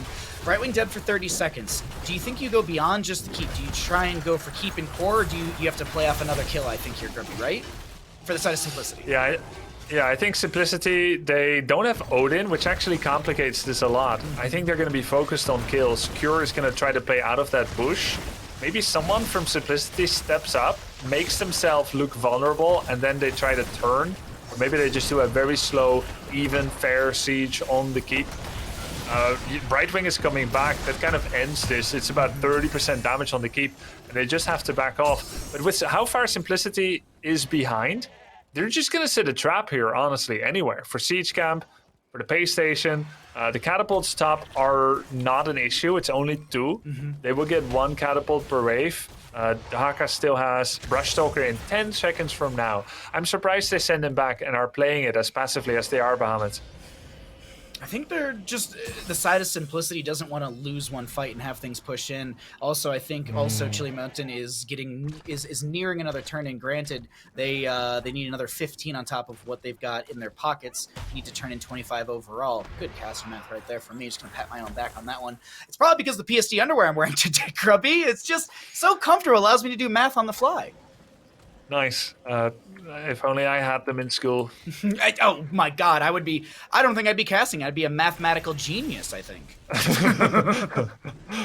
Very close to the turn in here for Chili Mountain. They're only lacking 9 gems, which is 3 waves. And the shield has fully regenerated for Simplicity finally, which also means we can check how much core damage was dealt, unless all hell breaks loose. It does look like maybe that will happen. Lutano skirmishing with cattle. I was expecting that as well, but no, not going to be happening right there. 1:50 on the boss. We have 2 minutes on the siege camp in the bottom. Bruiser camp on the left is 2 minutes about, and Bruiser camp on the side of Simplicity's map. On the Simplicity side of the map, the Bruiser camp for them is going to be about 30 seconds away. And Grubby, what's the math on this one here? The core took 189 real damage from the boss, so we can just see. GG's, Nice. the believers in Chili Mountain, they obviously are going to be winning this one. But here's a commandeer. There's going to be a ice wall as well. What is the play coming out from the side of Simplicity? Because right now we have a chunk into Masquerade's health pool forced to use the Cryo Freeze. There was a cocoon onto this Stukov, and a little bit of a slow onto Tassadar for a second right there. Waiting to see if anything unfolds, but I think Chili Mountain's making the best call they can. Back away, let Commandeer Odin expire. We're not being threatened by a turn-in. This is just Simplicity pushing up our waves, and it's a tense match for game number 2 here, as Chili Mountain doesn't want to go down in this best-of-5 series in the losers final. What's on the line here, ladies and gentlemen? 3rd place. You lose this best-of-5, you're done for the season, you take 3rd place, and you go and watch the grand finals of Storm Esports versus whoever wins this. Yeah, exactly. You don't want to be in that situation. You're going to have prepared not just for this match, but for the follow-up against Storm. You're going to try to kind of divide your attention between preparing for both, while at the same time bolstering your own strength, irrespective of who you might be facing. And it feels so bad to fall here in the 3rd place. Even if you lose in finals, you're still in the grand finals. It's where every competitor wants to be. But this would be an early defeat for either team. The turn-in goes to Chili Mountain. Now, this is sick. Although lanes are pushed, there's only 1 keep. This is nearly unholdable for Simplicity. So I want you guys to remember later, if Simplicity ends up holding this, just how much the odds are against them. As for Chili, they need to try and not make any big mistakes, and then the waves will almost do it for them. Azurite getting chunked to 50%, does get some healing out from Brightwing. Commandeer Odin comes down. I think it was just off a cooldown. Big red button into this mid lane, trying to clear out the furthest pushed wave. Nice play. Trying to push back the, just auto-attacking back around your core so you're not taking free damage from Sagara. Speaking free damage, Azurite will be able to lock down the keep in bottom lane, and this should be... No, it's actually going to be defended really, really well. This is an amazing hold as Masquerade goes out, Make's the potential target, Banana comes through with the phase shift, here comes Cattle with the burrow charge to the backline.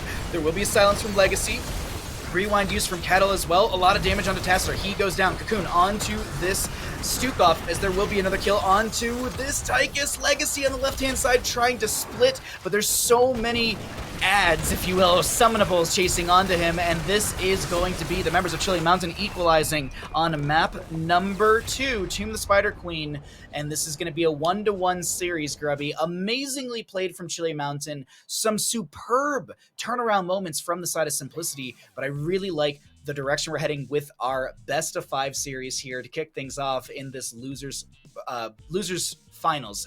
It's exciting because it's not a quick 3-0. We're gonna at least have 4 games. And McIntyre, expectations, excitement met, or you feel a little crushed as you were not able to get your Tychus win? Yeah, I mean, Tychus taking a loss. It's very impressive. I think both of these teams, especially after this game, this was one of, in my opinion, the more exciting games of Heroes of the Storm that I've seen here in a while. Just how back and forth it was. I could not really be like, hey, this team just definitely has this game in control. Or every moment I felt that, the other team responded in such a way that they brought themselves right back into it, right? We saw there in the top lane, it was a 2018 push from the side of Chili Mountain with a boss, and I was for sure like, oh, this is going to get a keep. We're gonna get that advantage. We'll get a turn in, and then we'll probably close out the game. But Simplicity fighting back, I think a tongue connects onto the Zagara, cleans her up, and no keep is taken, right? All of a sudden now, Simplicity back in the game. Simplicity pushes the middle lane. Same thing happens. Chili Mountain whacks Stukov out on Legacy. I think Urel, I say whack because she whacked the Stukov with her hammer into the remainder of her team, and I think a Maul connects, Tassadar, Stukov goes down, and now are we going to lose, right? But no, Kira's here on the Dahaka. Let me scurry away and buy enough time to stall the game out to a point where essentially, yeah, we're down to whoever gets the next turn in wins, question mark. In this case, Chili Mountain able to do so. Really well played from both teams, actually. I think this could have gone either way, and I think just fighting over the windows of Tychus's kind of power spike being that Odin is very important here, and I think the big note to take, also just not fighting at all, very important. Zagara, very good at just pushing one wave while her team pushes the other. Super successful gameplay here from Chili Mountain. Series is tied 1-1, cannot wait to see where we continue to go with it. I'm excited to find out where we're going to go to, but we're going to take a small little break. We're going to let these players stretch their legs, get some water, and think about where they want to go, even what they want to draft going into map number 3, because as McIntyre mentioned, it's tied up in this losers final. The loser of this best of 5, they go home taking 3rd place. And I want to talk a little bit about prize pool really quickly before we get into this break. Exclamation point prize pool will get you over to that Matcherino page. And the one thing, the biggest thing to note in all of this, the prize pool, it does close fairly soon. It is going to close after next weekend's award show, next Saturday. So 7 days from now, that prize pool will close. We want to just make sure that you all know when that happens. So if you want to get a donation in towards the end, exclamation point prize pool will get you over there. But as I mentioned, we're going to take a short little break. We'll be back in just a few with HeroesCCL presented by Wisdom.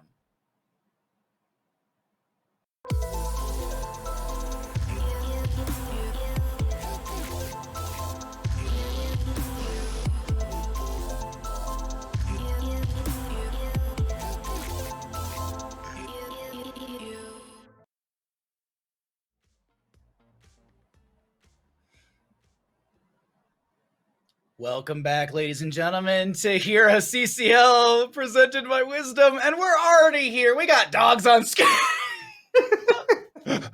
Poor Logan, oh, poor Logan. Logan. Oh, Ralph and He's Logan, doing thank so you. good. Thank you. Oh, Up, Logan.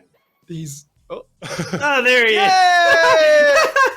I gotta say, Logan looks amazing in them. I am sure He looks really good. It does look really good on him. So maybe, you know what? Maybe when it gets really cold and you put a sweater on the front of Logan, you can give him PSD underwear for the back just to keep his legs nice and warm as well. And you can get yourself some PSD underwear using !PSD, and we have a curated wisdom collection where you can check out amazing underwear like the ones that you saw Logan wearing, like the polka dot ones on Ralph, as Ralph is just going to go and eat the rest of his charcuterie board. But thank you to PSD for sponsoring HeroesCCL, and you can use Wisdom, WISDOM, at checkout for 20% off of your order. Once again, !PSD. There's some amazing pairs of underwear, as you've seen on our lovely dogs as well as on my arms earlier. But we've talked about underwear after a break. Let's talk about HeroesCCL. We're ready to go into map number 3, and Grubby, I gotta know, where are we heading here?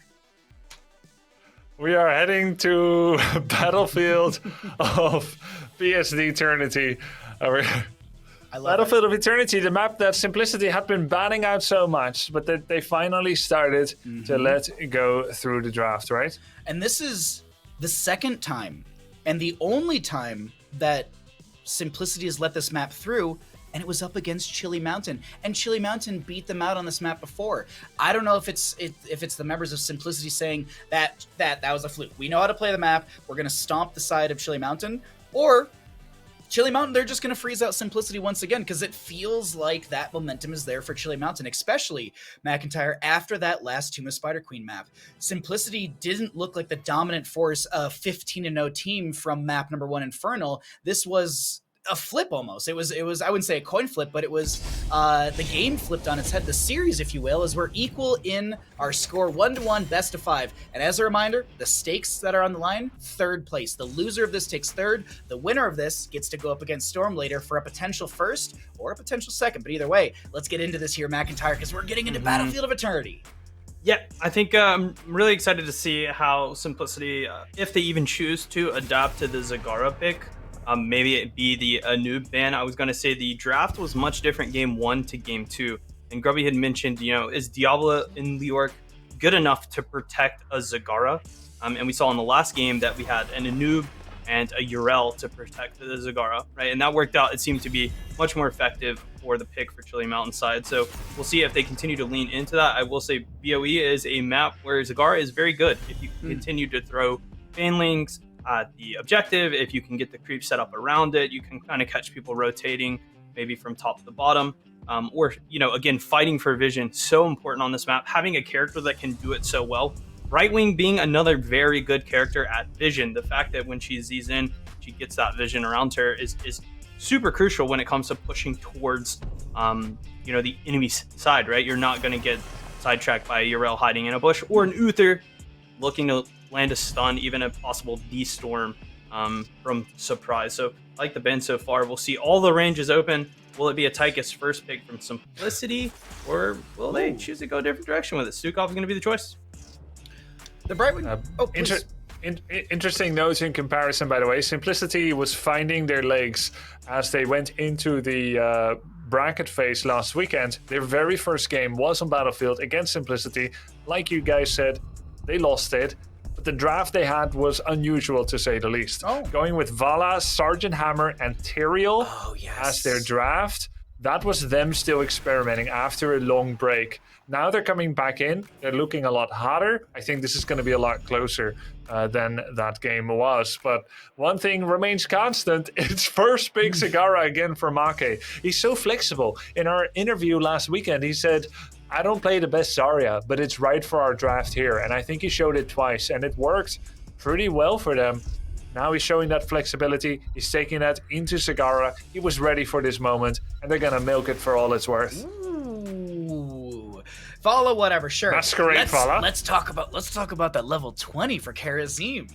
That new level 20 where you basically get the 2 level 1s you didn't pick. So I have this crazy Grandmaster idea where you take Insight at level 1, you take all of the cooldown, all of the auto attack talents or all of the Fist of Fury talents, and then at 20 you pick up this talent, you get 50% off of that off of the Iron Fist, as well as 50% off of the Transcendence, which I believe is the green one. And you just constantly punch, you constantly get cooldown reduction, you can slap W as much as you want, hit E all the time. I think it's a cool way to go about things. We'll have to see what the actual professional players are going to be going for, but it's a nice, cool talent for Kharazim. I really like thematically how it works with this entire kit. But we have a Malthael ban coming out from the side of Chili Mountain. Dare I say, a Cho'Gall McIntyre? Yeah, sure. Actually, I mean, it could definitely be picked here. It's not impossible or out of the realm of it. I think the Malthael pick is mostly because right now, Simplicity really needs a mop for their team, right, to soak those side lanes. And Yrel is also, struggles against Malthael in some cases, some would consider, just because of percent damage to Yrel and the ability to stick on top of her. So I think it's a good ban out. The Zarya is interesting though. I'm not sure if Chili Mountain really wanted the Zarya, so Simplicity banning it. They just don't want to play against it. As Grubby said though, they did draft it last week, so it's not out of the realm of hero picks here, right? That was Make though. That was Make. Like, he's the same player that played that hero. Good chances they could not play it this time. And this is a really aggressive and one of my favorite duos when it comes to tank and support, Malfurion and Murden, because you'll have the jump stun. It's just Murden is able to go really far into the other team when he has that Q on him from the Malfurion, and Malfurion can follow it up really nicely. But it's looking like a no tank composition, and Thrall. Ooh, we love to see Thrall. We love to see Earthquake, right, Hosty? I think Hosty will at least maybe consider all of the push that I've had on Earthquake when it comes to my opinions. They're taking a no tank composition. The Sonya obviously going to be the malt for Simplicity. Last pick though from Chili Mountain. Probably going to be some sort of noble, maybe a Li Ming could be pretty solid here to follow up on that Murden stun. It's going to be the false stat. Very, I'd say normal for the side of Chili Mountain, right? They're taking that false stat to soak the lane. The Yrel is going to be to protect the Zagara when the team fight happens. The Kharazim goes on top of him. The Sonya leaps, right? Or an Earthquake happens. But again, going back to the Murden Malfurion, I think this game in particular, this Murden may be able to do whatever he wants. The Thrall pick for me, though, does kind of put Murden in check. He cannot jump away, or you can catch his jumps a lot of the time if you time your wolf properly. And all that percent damage that you bring on top of that, Murden isn't allowed to just step forward and fight against a Thrall. I think the raw numbers of Thrall and the damage that he brings, especially that Sonya too, he's going to have a much harder time. If against a standard tank, against a Mei or something like that, I think this Murden would have been able to step forward very aggressively, kind of just do whatever he wants. But I think because of the way Simplicity has chose to go with this draft, I actually am going to give this one to Simplicity solely because they picked Thrall. Let's be honest here. Game number 3 is going to be on Battlefield of Eternity. Thank you, McIntyre, for your breakdown as we are getting into said Battlefield of Eternity map, and we'll see you after this game to see if you're right on this Thrall prediction. But let's get into who's on what. We got Banana on the Malfurion, Make on the Zagara, Cattle on Muradin, Azerite on the Falstad, and Burgult on the Yrel. Over in the red, we got Simplicity. We got Legacy on the Stukov, Kharazim played by Cure, Lutano on the Thrall, Masquerade on the Sonya, and Hosty on the Vala. I look at these drafts, Grubby, and I go, I wonder. I also looked at the Falstad, and I was like, well, he did have his auto attack build overall kind of nerfed with the level 1 Tailwind as well as the secret weapon. I was literally sitting there in the draft. I was like, do we see Q build a Falstad? And yes, we're starting out with Gathering Storm. Gathering Storm was buffed a little bit as well. Once you hit those 30 stacks, you get an additional damage increase by 15%, and we'll see how all that kind of stacks up and scales out as the game does progress. I tested this out. I really enjoy it. We're going to see a Hungering Arrow from the Vala as well. Puncturing Arrow from the Vala. Always mix those two up.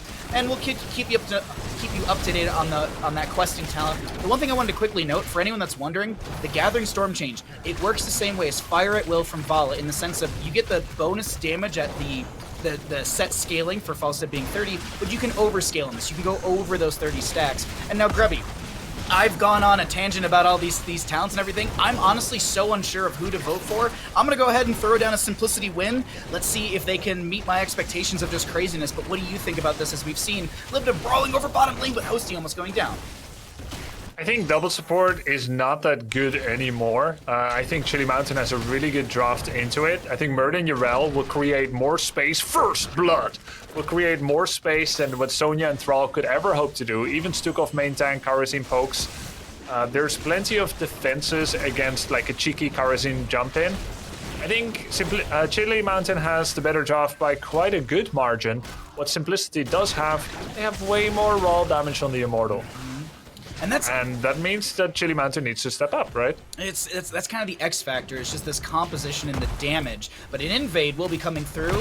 Kira's gonna, Masquerade will be the target in this top lane. Burgle's making sure the camp doesn't leash and is able to start working on this. But Cattle has to dwarf toss away. Masquerade will be coming back in. Cattle's gonna turn around and try and come back in on this Burgle. Sustaining on the point. Azerite coming in as well. Gonna be able to barrel roll through. Do you have a hammering to burst into the enemy team? Absolutely. Building up those stacks at 20 already. And Azerite's gonna be able to fly on over to this top, and he'll be able to grab the camp for the side of Chili Mountain. Ground Muradin and Air Muradin doing so much work together here, Grubby. Yeah, and you know, I think this highlights actually a good tip for anyone. Anytime you're in an even fight that looks like it's gonna take a while, check if any allies are coming, and if not, chances are an enemy is coming. You might as well just give it up. In this case, Simplicity didn't lose much for trying. They didn't die, but this was a solid, just send Falstad top for the 2-on-2 and let's win this camp, which gives a bit of extra experience. 540 to Chili Mountain for those two Khazras, and that is on a total of 8,000. Means they got a nice little, 7% extra XP of that which is obtainable thus far. Really nice little lead. Trading out bruisers, and now having the choice, both teams that is. Nice. Nice dodge by Hosty, and a sorrowful loss for Cattle. But you have the choice, do you push with it, you race, or do you defend? Well, let's see what happens here. I do want to point out we do have the Muradin going for Sledgehammer at level 4, which did, in my opinion, get a buff as well, because not only do you deal the increased damage, but at level 10, your cooldown reduction goes from 1 to 1.25, so a little extra cooldown reduction from there, but we're going to have to dive in onto Karazim. Another kill over to the side of our Chili Mountain team, and you can see Falstad, Azerite overstacking on that hammering, already building up that damage. And I want to check this for you all at home. You have the 32% bonus damage, so that's rising as Cattle goes in, trying to find more damage here. We have a couple puncturing, hungering arrows coming through. Lutano's going to be the target. Lurking Arm, it's not going to slow down anyone, but Lutano going to be able to back away, poke at the enemy team, and this is looking like an okay disengage from the side of Simplicity. What I want to note, though, is Belith is being burned on the left-hand side by Falstad and Zagara, and it's looking like the first Immortal phase goes over to the side of Chili Mountain. Well played from them, and if my math is correct, I think this goes into the top lane, because I think it had less damage taken. Alright, top lane, indeed. Still has a wall, the Immortal goes there. And that sets up Chili Mountain to start pushing with it. The first objective has gone to them. Falstad is stacking up nicely. He's got that bonus 15% damage unlocked already by virtue of having 30 plus stacks. Keep in mind that the level 7 talent Boomerang now deals 100% additional damage, not just 75, another buff. And there's that minus 15 spell armor reduction there that he can help, and that basically buffs all of the Bailing impact damage. Does it buff, the one thing I was actually looking at right now, and I was curious, does it buff the Roachlings and the Hydralisks, or are those considered auto attacks? No. Okay. Yeah, those are physical attacks. The impact of the Roaches, yes. Got you, and I guess that does mean that Zagara is about 50-50 in terms of her damage output. Still. So she's not essentially either an auto attacker or a spellcaster. She's a little hybrid. I guess we can call it a summoner. We could maybe like name it something like unique in a MOBA, like specialist or something like that. I don't know. Maybe I'm just shopping some ideas out. But what a weird role. Who would do that? You know, it'd be crazy if Grubby. This is a crazy idea. What if towers had ammo? And we had talents that got rid of ammo. Wouldn't that be just crazy? Anyways, we have a little bit of a pause right now. I could never see that happening. We're going to see what happens with all of this. But right now, let's take stock once again of the game. Let's see what is going to be happening here, how things are unfolding, because right now we have this overstacking Falstad, which I'm going to look really quickly. He's got a solid amount of damage, but it's actually still, once again, Make on the Zagara, out damaging everybody in this game. Nearly 19,000 heroic damage from Zagara, whereas Falstad's 12,000 and Vol on the opposing side just about 11,000, and she's still working on some of that questing at level 1 at 13 puncturing arrows. Those do scale by 7, so nice scaling for Vala right now, but we'll see what happens here as the game does progress. Grubby, let's talk about 10s. who do you think transitions and maybe capitalizes off these 10s? Do the members of Chili Mountain continue to be the dominant freezing force that they are? Or is it going to be the turnaround moment for Simplicity with like Leap, Earthquake, Seven-Sided, Strafe? I mean, what are your expectations for this? Yeah, I think level 10s are incredibly important. You've set this up really nicely, describing that level 10s are in fact the key for Simplicity. That's where they get Leap. Mm-hmm. It might be Sundering, actually. They want to burst here, right? A Sonya and a Thrall, I think, don't have the survivability that a Murden and a Yrel have. So I don't think you want to draw out the fight to 12 seconds. Even with double support. Double support doesn't necessarily mean that you have a better sustain if you don't have the baseline armor and survivability to actually make that last. And I don't think Thrall can just gallivant across the top, like across the front of the fight and just stand there and survive non-stop boomerangs, hammerangs, and Sagara summon. So I think it is going to be Leap and Sundering. Okay. What serves Chili Mountain really well is that they've made the best of their pre-10s. They're not as level 10 reliant, though Mighty Gust will be the key factor in trying to stop that big engage. We'll have to see what happens with that, because I'm holding my breath for 10s, honestly. Do want to point out, we do have Masquerade going into Shot of Fury at level 4, rather than just continuing on to their Slam build. So you get Activate to gain 50 Fury, usable while Whirlwinding, 40-second cooldown. But here's the cool thing, passive. After casting Seismic Slam, your next basic attack deals 40% more damage. We'll have to see what happens with all that damage increase potential for this Sonya. And as some of you might have seen, Murden finished out his baseline quest, not by doing anything. Well, I guess he did do something. He got to level 10. So Cattle got the hardest quest in the game done outside of Stitches, because I think Stitches, it's a little bit harder to hit level 13, right, Grubby? Yeah, it's 3 levels harder, just about. 10 talent tiers here for the side of Chili Mountain. Can they make this Immortal phase theirs? Okay, we have a big race coming in for Simplicity. They're trying to straddle the line of risk versus safety. Legacy definitely dodging everything except that Stormbolt, that is. There's a Devouring Maul on both Thrall and Kharazim. Azerite jumps in real deep. I think he wanted to try and play the gust off of the Devouring Maw, but it wasn't even necessary. Azerite able to burrow away and find the kill into Thrall. Still scaling on that level 1, 49 stacks on that hammering, 39.5% increased damage onto that one. And the halfway mark goes over to the side of Chili Mountain. Belith at 50%, but Burgold getting chunked quite heavily. Sundering from the Thrall, unfortunately, but I feel like this might be anti-synergistic with the leap from Sonya. You go for an initial target. All right. It's like killing the right Samuro. Just kill the right Samuro forehead. Yes, exactly, and chase him perfectly. But yeah, at this point, the synergy needs to be good, and Simplicity is running out of time to make this happen. When it happens, it is going to be explosive. There we go with the leap and the cleanse on Market. It means he gets away. There's the Tranquility. Nice save by Banana H. Perfect play. And there is the lack of survivability. After you turn on that delete button, if the delete didn't work, it comes back to haunt you. Everyone is so squishy. Double support, it really doesn't feel like one. Perfect Storm Bolt here. Whoa. There's the Hammerang on Legacy, and he survives. Okay, 51 life. I was making a note of that, and I was like 2 kills, and I started writing 3 kills, and then I'd go back and just write a giant 2 over it. But either way, nice play from the Chili Mountain side, finding their second Immortal phase of the game. And since, wait, they can see this. This camp is shown. Oh, they're not able to get over the wall in time, so no camp steal from the side of Chili Mountain, but what they are going to gain here is another Immortal phase through the top lane, and as I mentioned, there is some siege in bottom. For anyone wondering, Alarian, the blue Immortal in this top lane from the left-hand side, deals 642 damage baseline into structures. It's doubled to 1,284. Hosty doing a great job with those strafes, with the vaults, as well as the puncturing arrows to be able to chunk into this before it gets to the the Keep Front Gate. But now, the members of Chili Mountain, their siege here is phenomenal. Let's see what value they get from this Immortal phase, Grubby.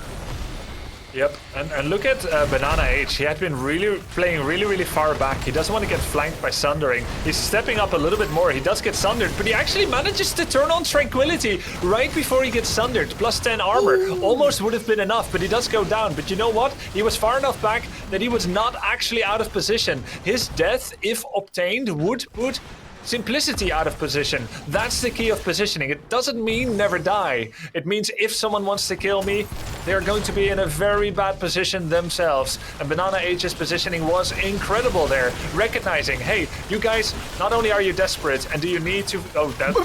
Getting frozen there by the core was not ideal there, certainly for Make. He gets into the frost and then actually allowed HoTS to finish him off. That's actually potentially a really bad mistake there, because this would have been core if he doesn't get frozen there, I think.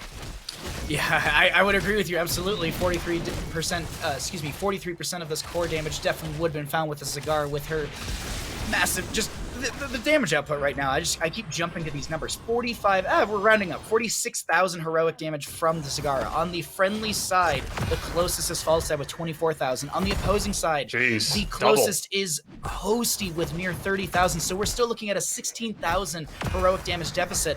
And this is not like the damage numbers I was talking about in game number 1, because it was 0 and 15 and the Zagara had top stats. These are this is sustained damage from Zagara with the potential for kills, because you have the burst from Falstad, the setup from Muradin, and the value from Malfurion, as McIntyre was saying in the draft, the synergy, that's the word I'm looking for, between Muradin and Malfurion. And the last thing to note is going to be Make's vision. In comparison to the other games, the members of Simplicity can't step up as much to clear things out for the Zagara creep, and I feel like there's a lot of talents that abilities you do not want to use freely just to get creep clear. Like, here's a great one, actually. You got the multi-shot onto Cattle for some poke, but also 12 seconds cooldown. Clear it out, and right? That's a 12-second cooldown for 1W. Granted, as I said, you poke on a Cattle, so there's the value. You don't want to just spend that 12 seconds in mana on just a creep. Anyways, that's my theory on it. Let's see. Third Immortal phase here, Grubby. Do you want to get into comms with this massive lead for Chili Mountain? Yeah, let's do it. Into Chili Mountain we go. We're racing. Bottom still pushing. Yeah, bottom is still pushing. We just play this, wait for them to show. Race first, F. They are racing. Yeah. I'm not sure who wins. Okay, they mega win. They mega win. Yeah, it's fine. They need to, when they show on waves, we move up. I'm face checking. Oh, they're showing on waves? Yeah, we race. Don't stack. Remember, don't stack for their leap. Don't stack for the leap. There's only play. Okay, they give. If they might not give, they might not give. Chill. Yeah, maybe. Don't stack for leap. Don't stack for leap. There's only play. Only play is to stack for leap. Play it slow. Wait for waves. Stepping away. I'm poking it. I missed. Don't stack for leap. They need to show soon. We just back out a bit. Our bot is going nice. It's rough for them to walk into my shit. No, don't. I've stunned one. Ball is kind of killing herself. I'm not down there. Just play it slow. Wait for the waves. Don't stack for leap. Look Valla bit. Valla's taking a lot of damage. Valla's taking a lot of damage. Look Thrall them. We regroup over here. Kill Thrall. Thrall is alone. Count the race. Like the race. Yeah. There. I'm moving. I don't have vote. I'm low. Look more. I'm coming below. All one. Don't let them get the race. I'm 1 HP. And Try to go. I'm capping it. Yeah. Can Thrall snipe it? Where is Thrall, dude? No, he went down. Yeah. I'm sure he's not back here still.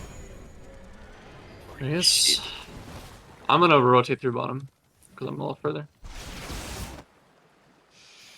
I feel like... Grubby, I feel like I need a Make in my comms constantly telling me to not stack for...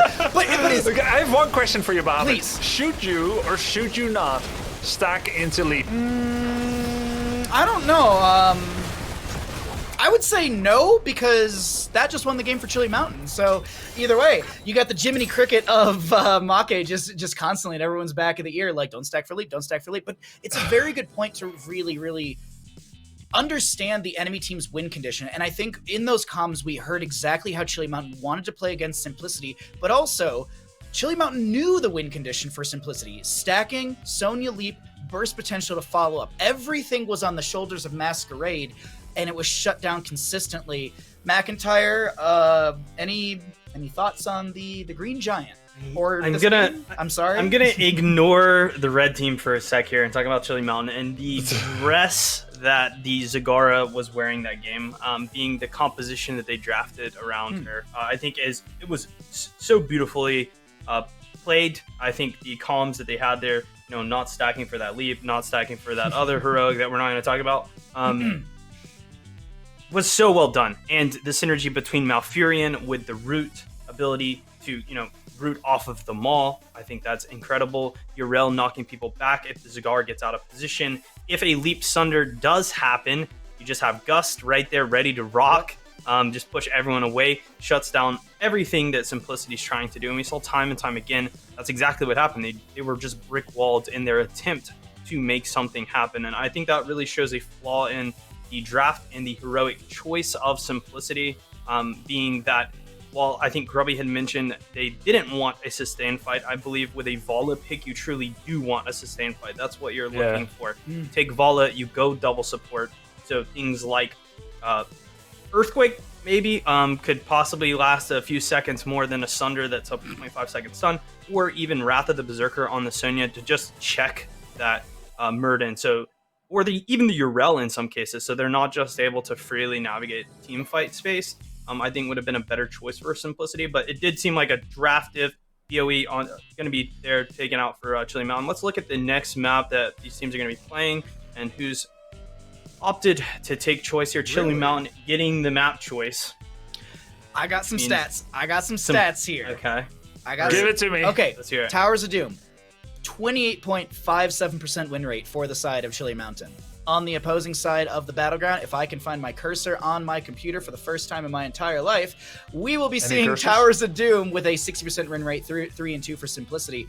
So I'm looking at all this and I was like, why would you go to a map that's considered bad for you? You don't, you're 2 and 5 on the side of Chili Mountain. Why do you go here? I look back at our round 4 matchup, Simplicity versus Chili Mountain. Guess what map number 4 was where Chili Mountain beat Simplicity? Towers of Doom.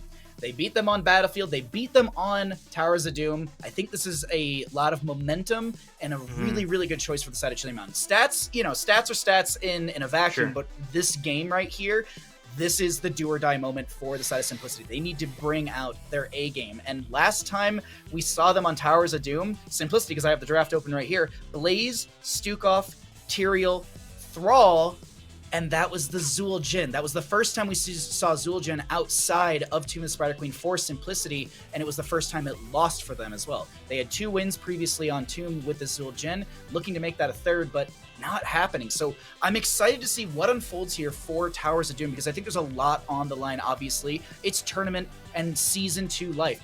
Do our Season 1 victors of Simplicity, are they knocked out to 3rd place, or is this where they rally and take us to a game number 5? It's an interesting best-of-5 series here, gentlemen, and I am so excited to potentially get into this game. I'm teeming with excitement, Grubby, and if this is the last map, God, it is my favorite map for this series to potentially end on, because I love Towers of Doom. You can't just go to core 10 minutes potentially into the game. No, you got to play the map. You got to take all the bell towers and then get that barrage going. And there are quick towers games, but I feel like this is the one that will go the distance here, don't you?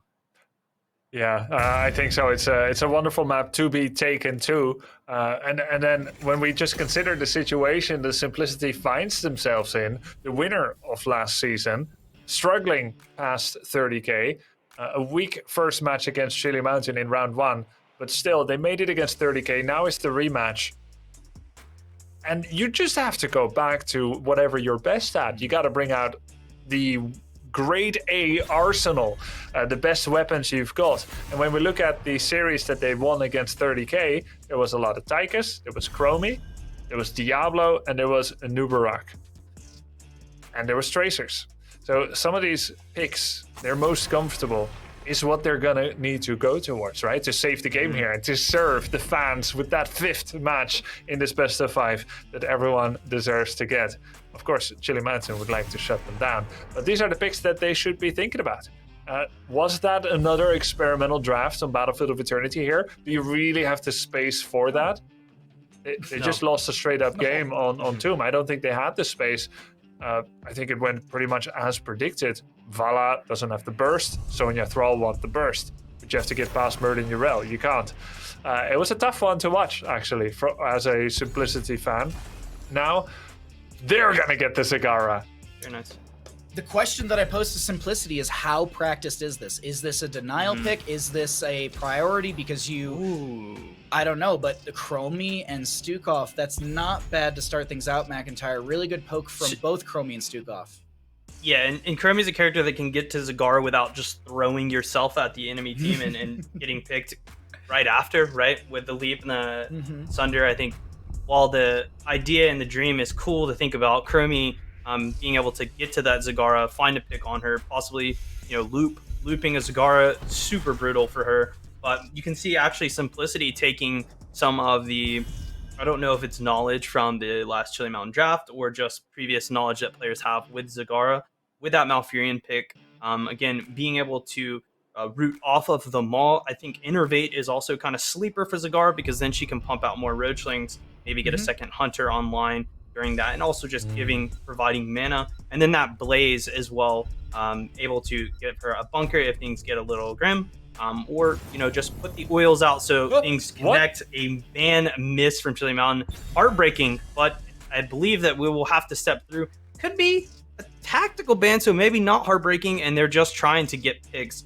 This will leave one more, we'll say OP character in the pool, possibly allowing them to get either or here, as they will be the first to respond.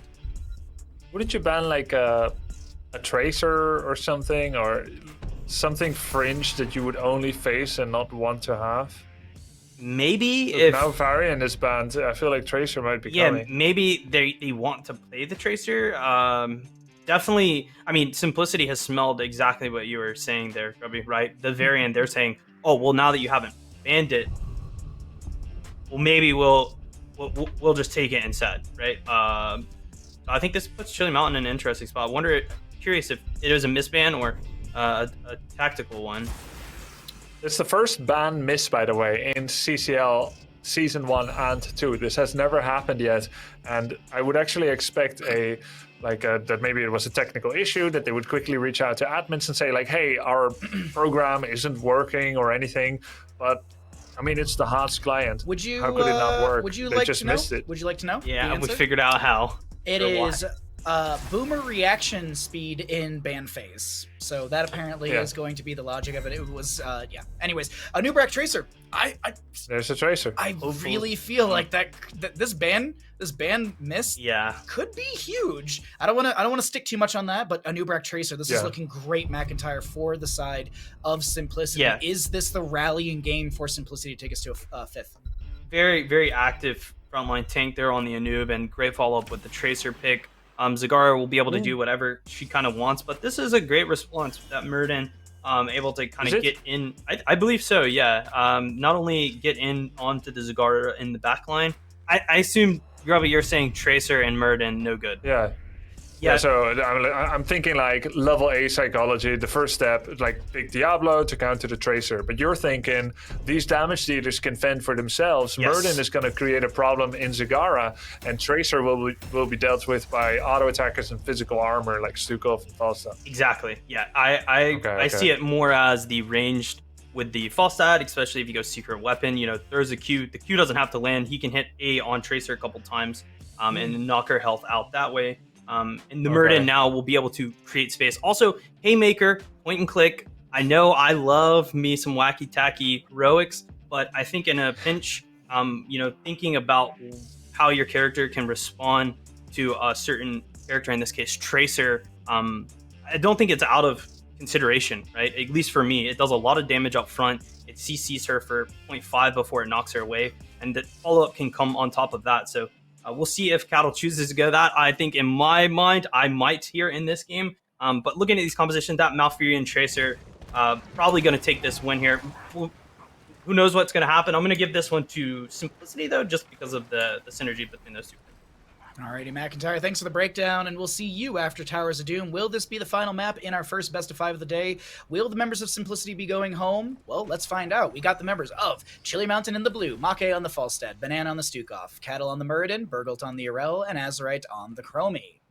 Over in the red, looking to continue their Season 2 run through this lower bracket double elimination. We got Simplicity, Kira on the Blaze, Legacy on the Malfurion, Hosty on the Zagara, Lutano on the Tracer, and Masquerade on the Anubrak.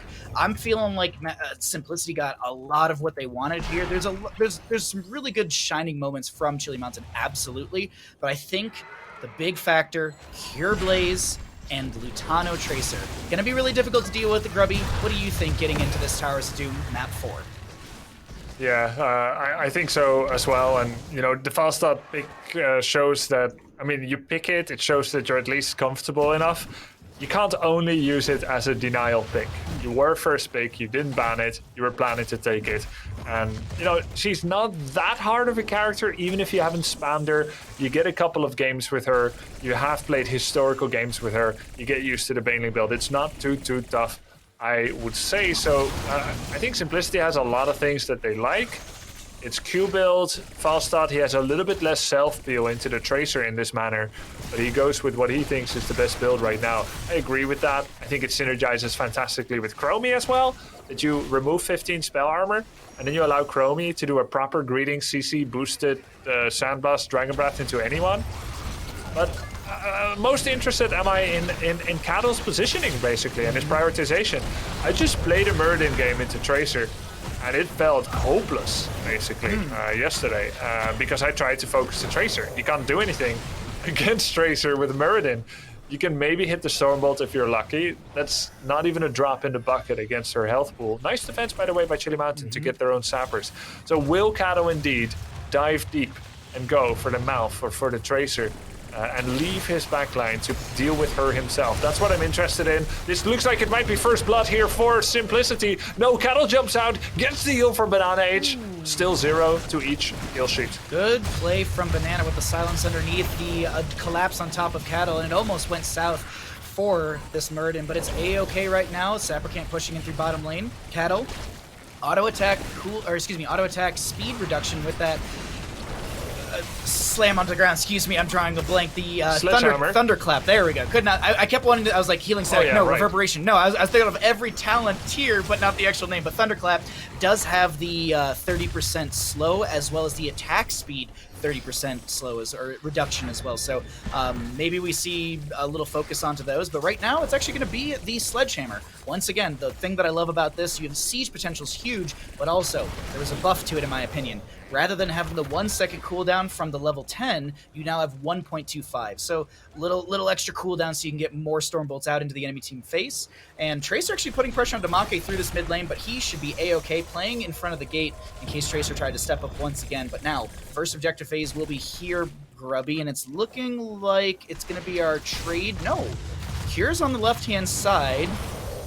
Interesting. Okay, so Cure is going to get poked out by the Falstead. Anubrak, I think, should get the free channel through the middle, unless, no, it's going to be the Lurking Arm for Banana to stall things out, and Falstead gets the left-hand side channel. So now, the team fight should break out over the center point. We have Azurite stalling things out, Banana stalling things out. Tracer comes in, trying to find Azurite, but there will be a time stop onto Lutano with the armor reduction.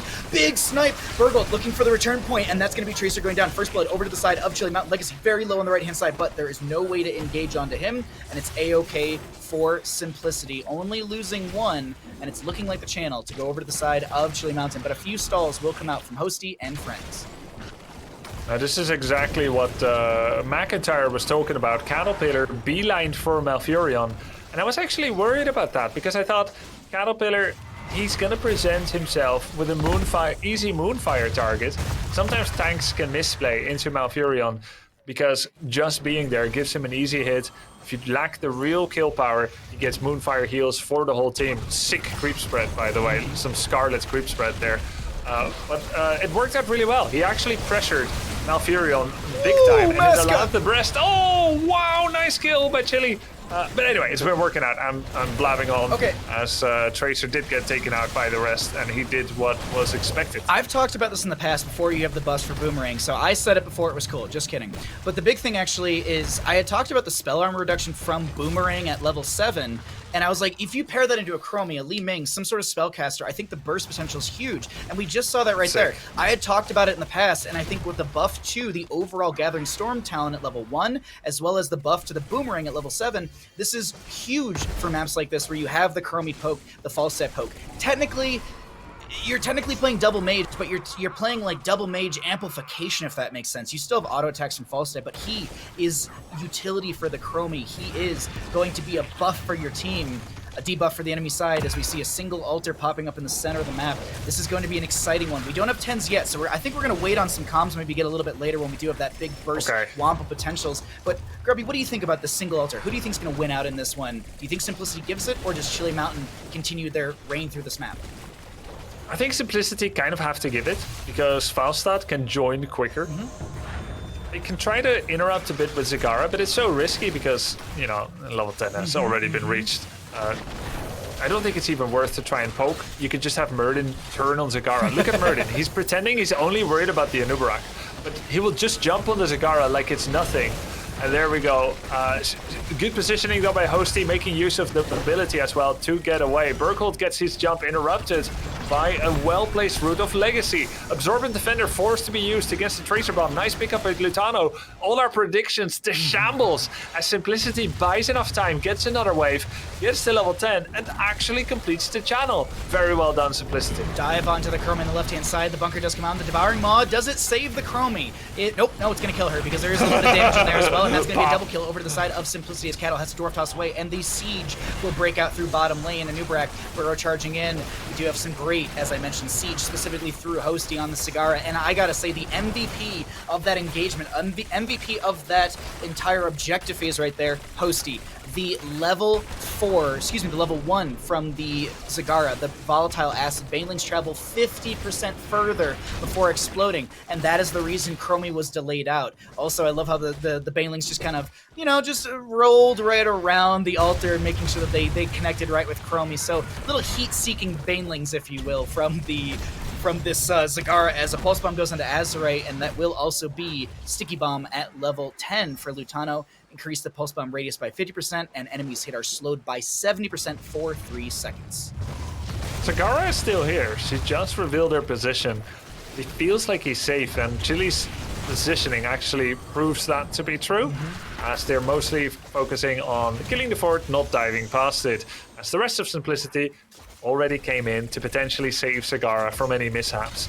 Simplicity is going to lean heavily into controlling this bottom fort, as it actually provides a very important engage and escape path to both of these altars. This is a notoriously difficult spot to be in for the blue team here on the left side. Chili Mountain, you can't get past this bell tower.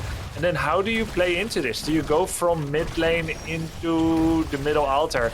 Usually, actually, the red team, or as you guys see, the orange team, will end up winning both of these objectives by virtue of having that fort. And we're seeing that through the minimap. Anubarak goes for the channel, Malfurion in the bottom. Bergholt and Make trying to go for what we've talked about in the past, the consolation prize on this map, as Cattle gets chunked for 50% from those Banelings. You eat all those Banelings, it's not a delicious meal. It's very volatile, and it's going to hurt your stomach. But we've talked about what happens on Towers of Doom when a team starts to fall behind, and this is what's happening for Chili Mountain, who just took 10 damage from that altar phase, taking them down to 22 HP. You lose bottom lane, you lose control. I wouldn't say things are spiraling, but you don't have the availability to step into the enemy side. What do? You go for top lane. There is still a sapper camp that you can force through that lane. 42 seconds onto that. Big dive onto Murden. Does he have an avatar? Well, he can't do anything because he's taking a nap, but he does get the avatar just in time. I'm sure Cattle was just mashing R as hard as possible. 3 sappers to the bottom. We do a false step back here. Gust is available. Will the sappers be cleared out? Cure goes in way too deep. Does pop the bunker. Devouring Maw comes out as well. Oh, he's stuck! We do have a bit of a stick on Cure. Azerite getting very low. Falstad going to be the one who has to barrel roll away. Hammering comes out. Chromie finds the kill, and maybe a misplay from Cure. A little too over-aggressive. Lutano trying to chase him. Actually. Excuse me, Hosty. He mauled Cure into that position. The Devouring Maul hit one target, and Blaze had his bunker there, and he was going to be fine, but he couldn't make it out past the Maul. Hosty griefing Cure big time here. More tomorrow on at 12 as this drama develops. No, just of course a little bit of an unfortunate situation there, and that gets Chili Mountain the kill, the cleanup of the tumors, the waves, the bot fort, and into the altar phase, they finally have breathing space again. We're looking at 3 versus 2 in takedowns, a level lead for Chili Mountain, and what normally, that's a lot of stuff from Cigar. Look at all that, all those summons. Oh, and Anubrak as well. But we're looking at usually a 1-to-1 split, which in this case would be in Chili Mountain's favor, as they have 4 altars against 2. 3 shots to rain into the side of Chili Mountain, but they're happy with trading out and getting 2 extra shots. It is going to be 19 to 27 HP. It's going to be a nice close game right now. Able to do that on the fly caster math because of my comfortable PSD underwear. I'll be honest. It's seriously, it's so comfortable. It makes sitting here casting for hours not an issue whatsoever. And right now, Blaze is clearing out top lane. That is going to be seen. Make, Banana setting up for Lutano in mid. The Virulent reaction will not connect onto Lutano as the weighted pustule does miss. Next objective phase hasn't been... it's actually just popped up as like the hint on the map, as we have top, left, and right bell towers, and the bottom of the map bell tower. As you talked about in the previously in this game, we talked about it extensively in the past, controlling bottom lane bell tower really gives you an advantage in these moments, as we saw from Simplicity earlier in this game. But I don't think Chili Mountain can really rush their way through this bottom lane without a kill or 2. Yeah, exactly. Especially now that the talent level lead is dwindling. Chili Mountain can't just step up like that. It's actually a little bit scary to move in here with Blaze still on the flank. Burkle doesn't have that information either, as he just stepped up to try and get the Anubarak. Cure does the jet propulsion just to secure the sappers. And we're equalized again with a big move on Murden. I feel like that's a lot of resources, Cocoon and Root. And Simplicity looks like they regret it. A half-hearted follow-up by Blaze. But there is the full disengage by Chili. They're going to wait for Stukov to get his heal back, for everyone to heal back to full. And then it would not actually be insane to consider that Chili Mountain might look for a random fight over nothing. Or at least try to win out 2 out of these 3 phases, because they're up a heroic. Looking at the map right now, and I'm trying to think, I was like, was this a good time for comms? I think we're going to be a little too split, so let's we'll jump into comms later. But Banana's trying to go for the channel.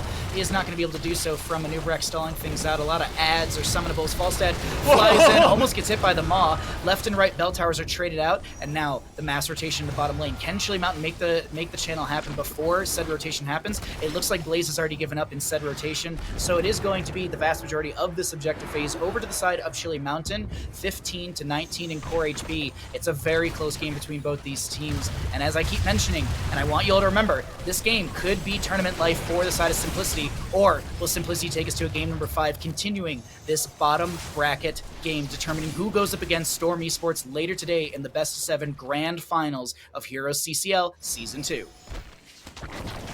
Looking at the death counts here, Stukov died once, Chromie died once, Blaze, Tracer, and Anubarak for Simplicity. It's a very low death count game. Safe are the teams. Especially Simplicity has no more space for error. They have built up a nifty little experience lead. Yep. How did that happen? They were behind like a level before and through no kills at all. Now they're a little bit ahead.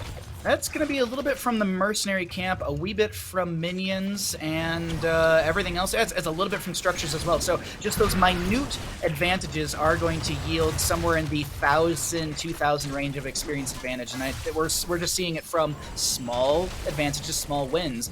Cattle goes in for a Stormbolt, Jet Propulsion onto this Urel. Ardent Defender's off a cooldown. Can she pop the button? She does. Not getting much value from it whatsoever, but it does deter the enemy team from trying to put some damage in. Murden comes out of the Cocoon. Burrow charge misses from Masquerade as Kira's a little far forward, but there's no turnaround engagement potential. Grubby, I think now is a fun time to get into comms. Who do you want to jump into? Yep. Let's go Simplicity. In we go. Nice done. I see it. Big damage, big damage. I'm on my call. Couldn't get through. They're quite low. Yeah. I think we get some tumors for Hosty and then we play. I pre-tap real quick. Yeah, sure. I need mana. Yeah, Let's take flank position. Urel no ulti, by the way. Urel no ulti. I intervene on you. we all pre-tap, so we can pop. I'm gonna look Azzy. Urel no ulti. Can we just focus Urel? Look. Yeah. I'm on this. I slow up Banana. I'm zoning their backline completely. Like they can't play. Stun in Just 3. poke them. I think we're winning this bullfight. We just win. They cannot play the game on their backline. Yeah, I'm getting away from. There's kind of zone. There's zone. I'm gonna click. Let's play safe. They're giving it. Yeah. We can play our pumps. We have, yeah. I stand. Urel still no ulti. I stun him. No, Hosty got our pumps. Oh no. Hey, care. I don't have anything. Fine, I'm fine. Burger has no ult, by the way. I use Trank. Yeah, burger. 1 HP. We're gusting, we're gusting. Kite. Watch out here. You just stunned Fine. Avatar and bunker down. Avatar and back up. You can do Let's ours. pumps. Toasty, go to our pumps. Yeah. I might get mid wave real quick. Careful. Big That's wave. good. A huge top wave as well. I don't think we invade this Muska. Yeah, we Yeah. just trade. I'm just holding. We're definitely winning front to back. We keep playing. Yeah, they can't play the game because I'm just freshing backline and Hosty's hitting frontline. So Can I get well, top? we don't end. A lot happening in that one, but good zoning and good control from Simplicity around the objective phase, Grubby, as no one from the side of Chili Mountain could step in. It's almost like, dare I say, Simplicity is freezing out Chili Mountain. No? Alright. You can, I mean, that's what they want, Never right? mind, That's what Chili never Mountain mind. wants normally. I'm so sorry. They like it cold. They're afraid when it gets hot, when Blaze goes in. Oh, a cocoon Yep. on Falstad. There's a root. How can he survive this? If he doesn't take any damage, it doesn't fall to 0. Lutano dives in onto Cattle. He's going to take quite a bit himself, but this is going to be a Murden who's A-OK, getting a lot of damage from the Sappers. There will be a Burrow Charge in from Masquerade. Another Gust coming out from Make just in time, but the Jump Repulsion from Cure will connect. Ardent Defender is off cooldown, but it's not going to be forced. There was a Devouring Maw onto this Chromie. Burrow Charge will connect onto Cattle, actually, as there was a time stop from this Chromie who's going to get put to sleep. But no, there's going to be a time stop from Chromie with her time trap. Cattle getting chunked right now, has to Dwarf Toss away. The Flame Stream from Cure is not enough, and we see a single altar phase popping up in the center of the map, and there's no way Chili Mountain can step into this with the 20 talent tier advantage on the side of Simplicity, as we had mentioned, built up through small advantages, camps, minion waves, and a little bit of structural advantage as well. Yeah, this is really good situation to be in for Simplicity here. They're finding their groove. It's interesting actually from those comms, Bahamut, how Lutano, just by doing nothing at all, put more threat than, let's say, a Silver Tracer going in trying to land the bomb on someone. Full life, just threatening, creating a zone of influence, and they really believe in their front to back. Simplicity is extremely confident to close this game out so long as they play a normal front to back. But there is ranged Mosh Pit. Falstad might be the key here. If he can get a big Mosh Pit on everyone, he can shut down people. There's a big sticky bomb on Stukov. He drops to 147 life. Gust just to save the Stukov. Burrow Charge gets Masquerade out as Burgult was looking to step in, pops the Seraphim, and is not going to get rooted by Malfurion or put to sleep. This next objective phase will be double. If both are gained from the side of Simplicity, it's a Simplicity win and we head to a game 5. If it's not, well, we just continue into Towers of Doom and see what happens right now. But Stormbolt will not connect onto Cure as he does get the Jump Propulsion away just in time, and he is able to disengage. Roots from Malfurion slow down Burgult and crew from stepping in any further, and now we just continue to wait with our next objective phase announced 30 seconds coming up from this. Chili Mountain need to make the Omega defense, but this is also going to be Siege Camp forced in through bottom lane from the side of Simplicity. Some checkmate potential for our red team. Yeah, this is a very difficult situation to be in for Chili Mountain. They lose 5 shots for every altar that gets channeled. That means that they either need to get both or they need to stop. No, they need to get both. Like, the Sappers don't even matter at this point. Boss is up, but Chili Mountain just plays the top of the map. No, they can't let the Sappers go. They're not fighting for right side. No, this is... They're getting their own, and then they need to fly bot to stop the Sappers immediately, and there he goes. But then it leaves the boss open, and he's the Guster. Falstad showing in bottom lane is going to be the quick call from the side of Simplicity go boss. We do see the Time Walker's Pursuit from Chromie showing that Simplicity's here. Cocoon gonna hit Murden as he tries to Dwarf Toss in. Urel goes in. Does she have Ardent Defender? Yes. She pops the Seraphim. She's on the point. Bunker comes down from Blaze. They're trying to force Ardent Defender, and they do get it. Azurite taking a lot of damage. Make comes in with a big gust. That's going to be boss. Gained by the side of Chili Mountain. The game's not over. Lutano does blink away from the Stormbolt of Murden, but the rewind will connect. There's going to be a recall from this Lutano as he's able to get away. Jump Propulsion from Cure does not connect. Devouring Maw will connect onto 2 members right now. Time stop onto Masquerade as there's a lot of damage onto Make, who barrel rolls away with the limited amount of HP available. And Grubby, I cannot believe I'm saying this. Chili Mountain continue this Towers of Doom game with 2 HP. They want this game 4 once again against Simplicity. This is so incredible. That was such a Masquerade, difficult. you are oh so my far God, forward, bud. Masquerade? Yeah, I don't know about that one there, friend. I'd like to be a fly on the wall there, on the guns there for a second, because something went horribly wrong. I don't think it's going to be lethal for Simplicity, but that is a discouraging thing to have happen. You lose a lot of momentum, and you know he's like, oh my god, this is actually a really bad timing. It's huge for the How side big of is it? Massive, how big colossal. Oh my god, that Dare is, I say, that Titanic. Is big but no, will it sink? But take will it it hit back. his iceberg and sink? That's the biggest question. Will the members Take it back, Titanic? You're crazy. But I think you're right. I have to admit it here. Nubrak back in 25. Altars spawn in 5. These sappers will not pose a serious threat. It'll be 2-2 in core HP. It literally is going to be 2-2. Oh, 2-2. So the train score. Oh, Burgle. Where are you going, bud? Do you have a right?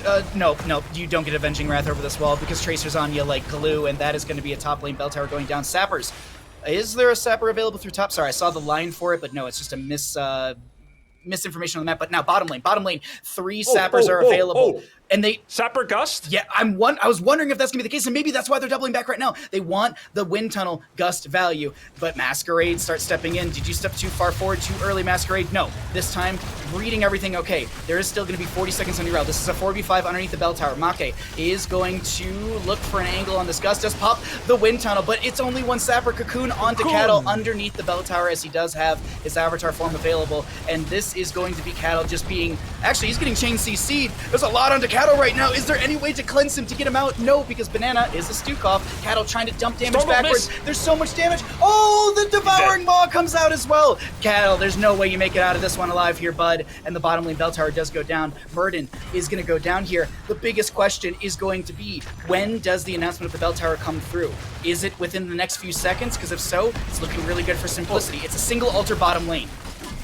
It's now all about killing top forward, I think. Yes. I think you have to go kill top bell tower immediately as Chili Mountain, because yes, 30 seconds, 40. No, this looks like it's over. Like the sappers are a win condition, but the mid forward even a bigger, more immediate one. They are killing the top forward. This one's gonna go down. That's Barrage 1. No, Barrage 1? no. Traded Whoa, perfectly. the delay, frame perfect. The delay on recognizing that there is going to be a barrage. The game is too slow to recognize it, so none there. But it's all about this altar here. Bergholt is way deep. Ardent Defender does come out. Gonna heal up quite a bit from that. Will be stalled out. Make comes in with the flight as well. Masquerade reading the flight in. Gust, Wind Tunnel, pushes the enemy team up against the wall. Make trying to delay things out. There's gonna be a Blaze in an insanely crazy position over here. He goes down, but the fight in the bottom lane, that's the biggest thing to consider right now, is there is gonna be a very low Yrel. Make, the lone defender, and he is not gonna be able to stall things out. Ladies and gentlemen, it ain't over just yet. We're heading to a game number 5. It's gonna be Simplicity taking Towers of Doom, saying it ain't over yet. We do not want to lose Chili Mountain. The record between these two teams is 1-1 between 2 best of 5s. As I like to call this is the best of 3 for the best of 5s, and right now we are heading into a game number 5. It has been insane what we've seen so far. Amazing play from both sides. I thought we were going to see Chili Mountain kind of come out on top with that boss steal and get into the brains or the minds of Simplicity, but McIntyre, that's not the case. Simplicity holds strong, keep it simple, and they take it to a game 5. Yeah, the pressure, I think, showing through here for the side of Chili Mountain. Great stop there on the boss to keep the game going. And that pick on Masquerade almost felt like it was the end of the game. But the choice to go for the 4v5 attempt at, scoring the pumpkins or the sappers, whatever you'd like to call them, for the victory, I think was the decision that was not needed to be made, right? Instead, just allow yourself to get into a good position, get into a nice 5v5 with that bottom keep still up on your side, and then take it from there, right? Instead, they tried to go for the all-in. They prepared their recipe list, and they were just missing one of those ingredients, right? Being that Yrel who had just gotten picked off. So bit of as I say, a pressure point for sure here reached by them, but we'll see game number 5 who can respond to all the pressure that is coming in here, as this team that will win will move on to that grand finals. We got a delicious stew brewing between both of these two teams. We sit 2-2 in our best of 5 to determine who will go up against Storm Esports later today in that best of 7 grand finals, and who's going to be taking third place and walking away from Heroes season HeroesCCL Season 2. We're going to take a short little break and get ready for this game number 5. Let these players think of what they want to do and tell us eventually where they want to go for this map. In this small break, I encourage you to hit !merch where you can check out the HeroesCCL merch. Some of the proceeds will be going into the prize pool. And you can see right here, I'm wearing, it's the graphics are amazing, the quality of the material is awesome, and the mug, if you're wondering, does come in 2 sizes. So !merch to check that out. And lastly, !prize pool to check out the prize pool. And if you'd like to donate, we very much appreciate it. We're at $17,440 because of your support. But as I mentioned, we're going to take a small break. We're going to go to game number 5 when we come back, and we'll see who's going to be able to go up against Storm Esports. We'll see you all in a little bit. This is HeroesCCL presented by Wisdom.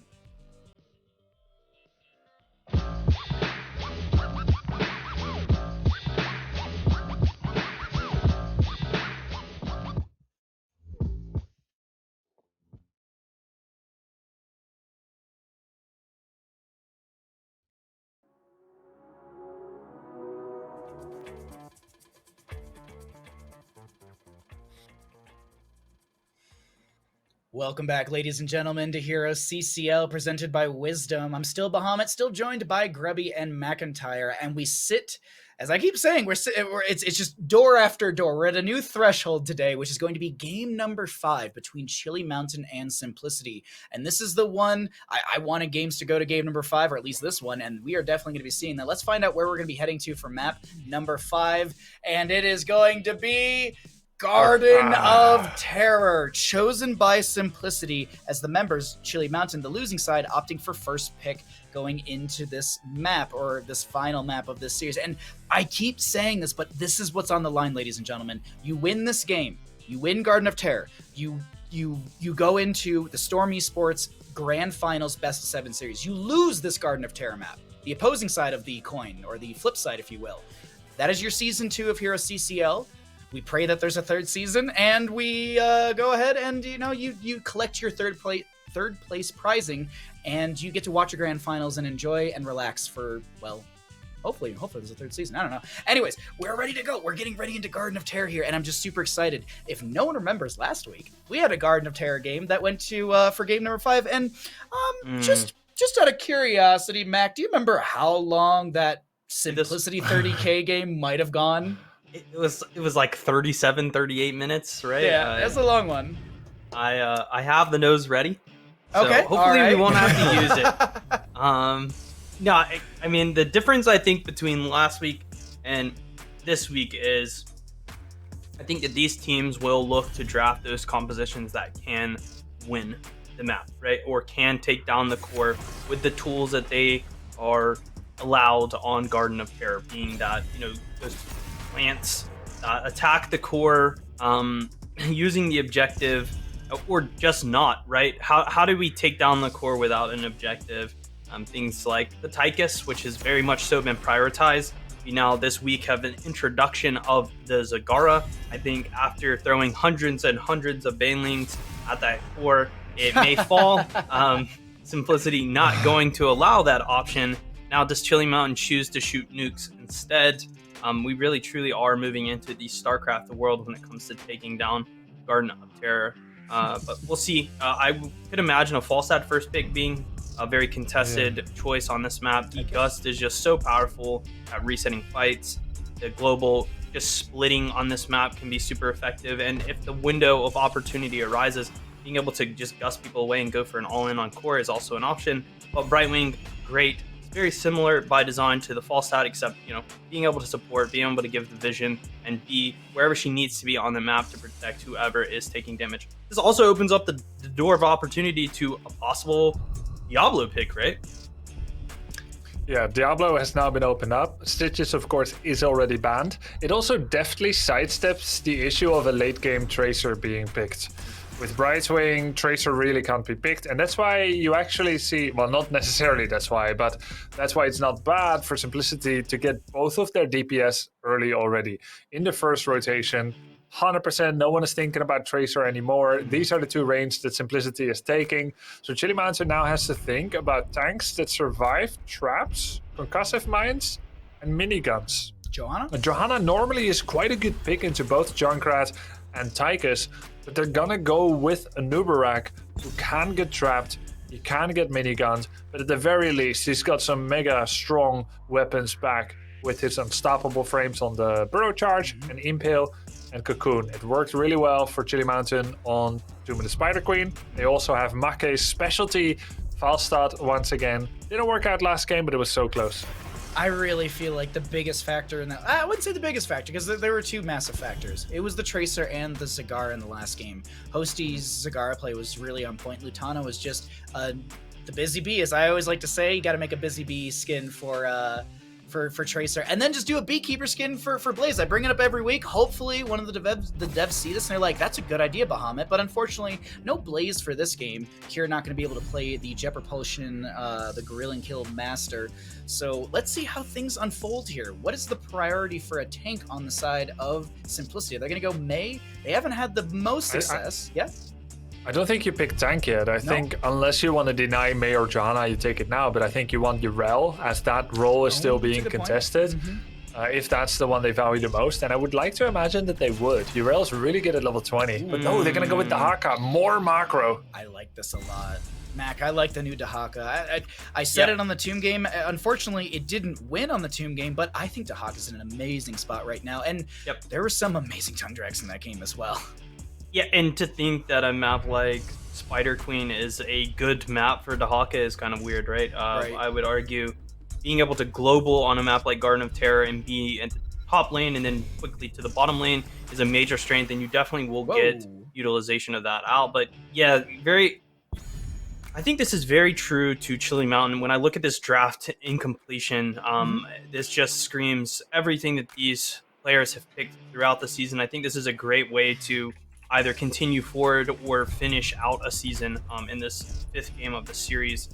I feel like every pick that is shown here is comfort. We've seen each of these players play it multiple times this season and to success as well. So really excited about this draft. HeroesCCL coming out as the last pick for Simplicity. Why not Stukov? Sorry, I had to cut you off. Why not Stukov? It's available. It's definitely it has to do with you need to figure out a way to win the game.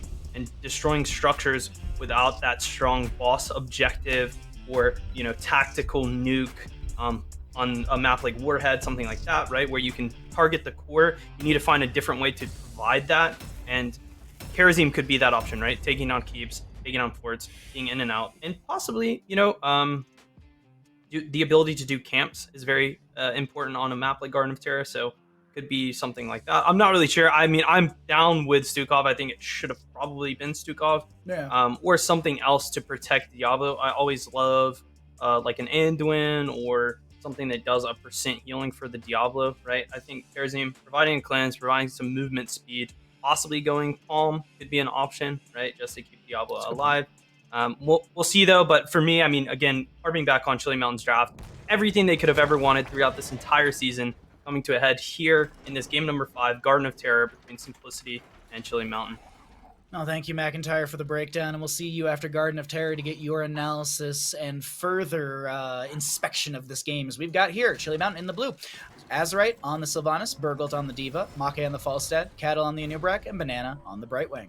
Over in the red, Simplicity, Cure on the Dahaka, Lutano on the Junkrat, Hosty on the Tychus, Masquerade on the Diablo, and Legacy on the HeroesCCL. Grubby, I like to keep track of who I think is going to win for my own personal stats and predictions and stuff. I am struggling to make a prediction here. I love both these sides. We haven't seen a Diva in quite some time as well from any team in CCL, but we've also had a little bit of time off. And I really don't know who to give it over to, but the one thing that, kind of is in the back of my mind, much like Maka yelling about don't stack for leap, it's going to be a Tychus with this Diablo. It's a lot of really good pressure there. Legacy's got a big healing void to fill, so I'm actually gonna lean Simplicity, but it's a hard prediction for me. I want to get your thoughts on everything going into this Garden of Terror game. Yeah, I think Simplicity stood at the edge of a chasm, and they could try to jump across, take the risk, jump across or walk back, but they really wanted to get to the other side, and they took the risk of jumping. We don't know if they're gonna make it yet. Metaphorically in terms of the result. But HeroesCCL pick here I think is the most polarizing, the most controversial choice here. I'm just going to argue for why it's good, not for why it's bad, because this is I mean, this is Simplicity we're talking about. They're that good. So here's why they've taken Karazim. Garden of Terror games tend to go late. That means you will guarantee level 16 before the game finishes. Unlike on some other maps like Battlefield of Eternity, they can end quite quickly. Hanamura maybe, or Braxis Holdout. Garden of Terror games go late. That means you will unlock your secret tech level 16 multi-cleanse. You now have a cleanse on 3 different characters. Why not Lucio? He can do the same thing at level 10, right? But Karazim can do that, and he can also do big blow-up composition.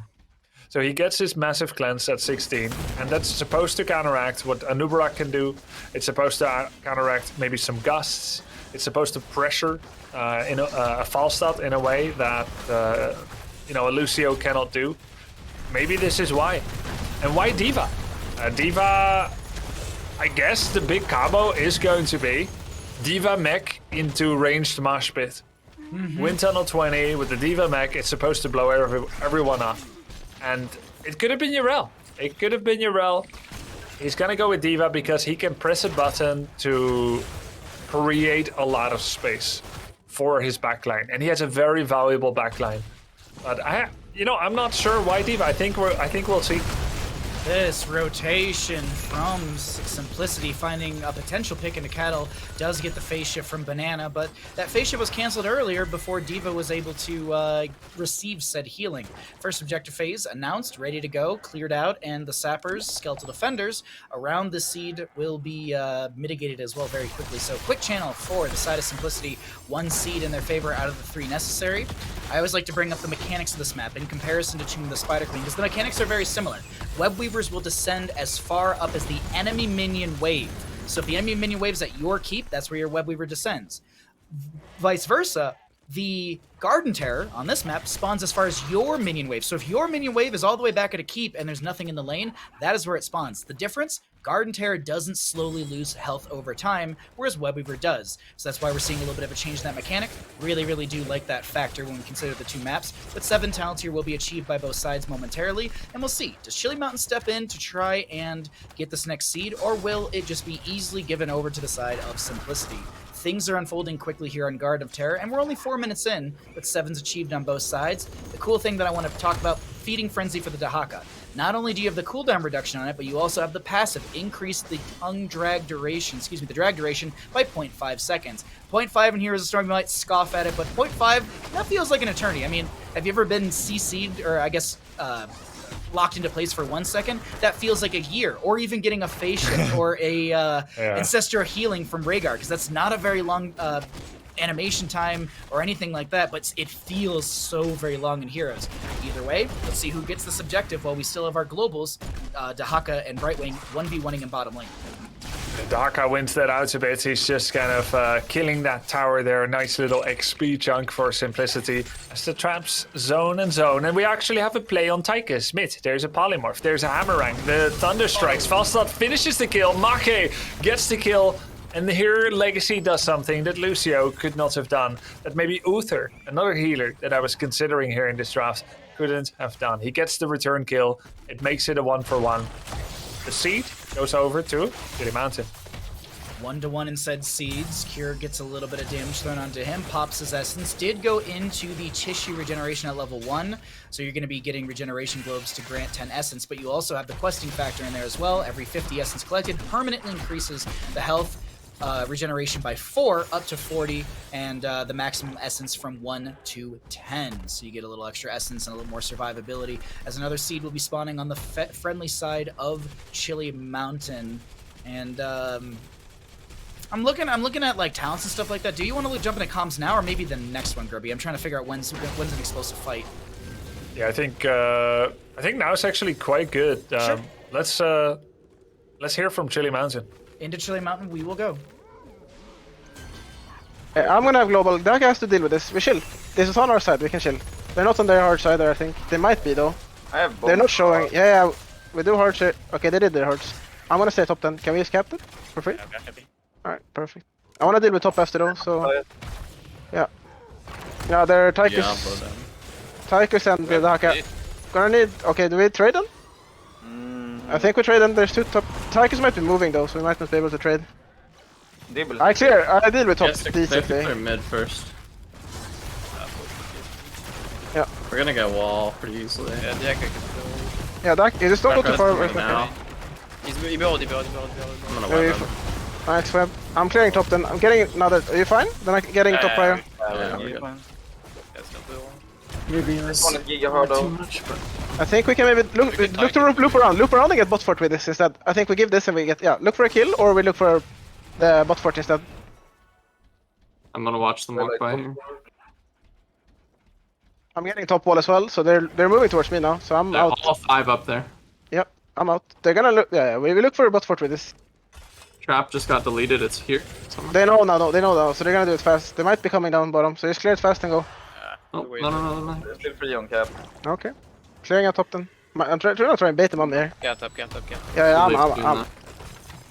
Good communication, good macro coming out from the side of Chili Mountain. Want to get what you think of all of that as. Actually, I'm going to pause for a second. Face shift from Brightwing onto Cattle. There's a concussion mine. Tongue drag did set things up. Blink over the wall. And Banana, Cattle, they're out. Nice to, yeah, I mean, this is so interesting. The most interesting thing is the prediction of where the opponent is or where they are going, and whether that's accurate with the information that we, the observers, can see. And it was pretty much on point every time. You kind of get a sense for what goes into getting the most value in a lane while you're solo pushing. Sometimes it's a tower. Sometimes it's 20% of a fort. And then you get out. That was a hard position for Chili Mountain to push into because Siege Camp was pushing. It was also not necessary. Now, no camps available. We're going into this truly neutral. There is a Siege Camp available. Chili Mountain must be wondering, are you going to go for it? But it's basically a 5-on-5. Equal talents, equal level. Let's go. Cure should have the brush talk from top lane. This is going to be neutral for both teams, as you were mentioning. The only advantage for the side of Chili Mountain is going to be that they took down the well, but there's going to be a fight that's breaking out on the left-hand side where we have Cure taking a lot of damage. Maka is going to have to barrel roll away. Gust is a little too late, and this is looking easily given over to the side of Simplicity. The members of Chili Mountain set up for defensive positioning while Cure immediately rotates up. As I mentioned, the Garden Terror will spawn up as far as your mini wave. So Falstad flies into top. Oh! I was looking at Maki was trying to tag the camp for some extra siege potential, but now these Garden Terrors, they're going to spawn very far forward in the lane, and this will be an immediate deletion onto the Toxic Seed from the Garden Terror that locks down these towers. Mid lane. Is that what it's called? No, I believe it's overgrowth plants. I forget. Yeah, plant terror overgrowth. Yes. Yeah. I mean, I was thinking, like, is it toxic in terms of gameplay? Like, is this a bad Absolutely, map? Oh my god. No, not a bad map, but we do need Haunted Mines back. Please, wait, dive in bottom lane. There's going to be an Apocalypse from the Diablo. They're going to be looking at this Brightwing, I do believe, who blinks away, but Tychus on the far side of the engagement trying to find the damage, but the Polymorph will slow things down. The Overkill will not find the kill. Hosty not able to put the pressure they're looking in right now, and this is going to be a bottom lane fort going down to the side of Simplicity. First fort to fall in Game 5, Garden of Terror. 1.5 fort, pretty good result here for Simplicity. And it all was off the back of that fight at level 13, where they were wedged into a corner with Chili Mountain. They got Shadow Charge, lucky to remain alive with some of them, but Sylvanas not so lucky. Simplicity now looking to get the next fort, just using Odin as a siege tool. McIntyre mentioned this. Odin, not just a teamfight ult, you can just use it at any... Oh, Gust! Good into Gust. the bomb! There was a Cocoon onto Masquerade as well, which is really going to set this up. Masquerade's going to find a Shadow Charge onto Make, but there's a Wailing Arrow from Sylvanas. There's a lot of damage onto Kerosene. He can't dive to anyone because he was silenced. And Diva, excuse me, it's going to be Brightwing snipes the kill, and the mid lane fort was going to go down, but a quick turnaround from Chili Mountain shuts down Simplicity, and this will be a camp invade from Chili Mountain. And both these teams should arrive to 16 talents here nearly on time, or nearly at the same time. I'm just taking stock of what else we have. Riptire's still up and available. Any crazy heroics from either side?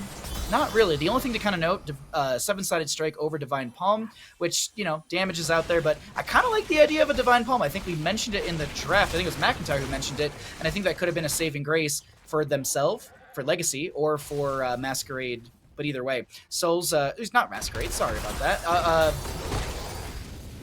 Onto Cure, maybe. Sorry, I'm completely blanking on who got picked up.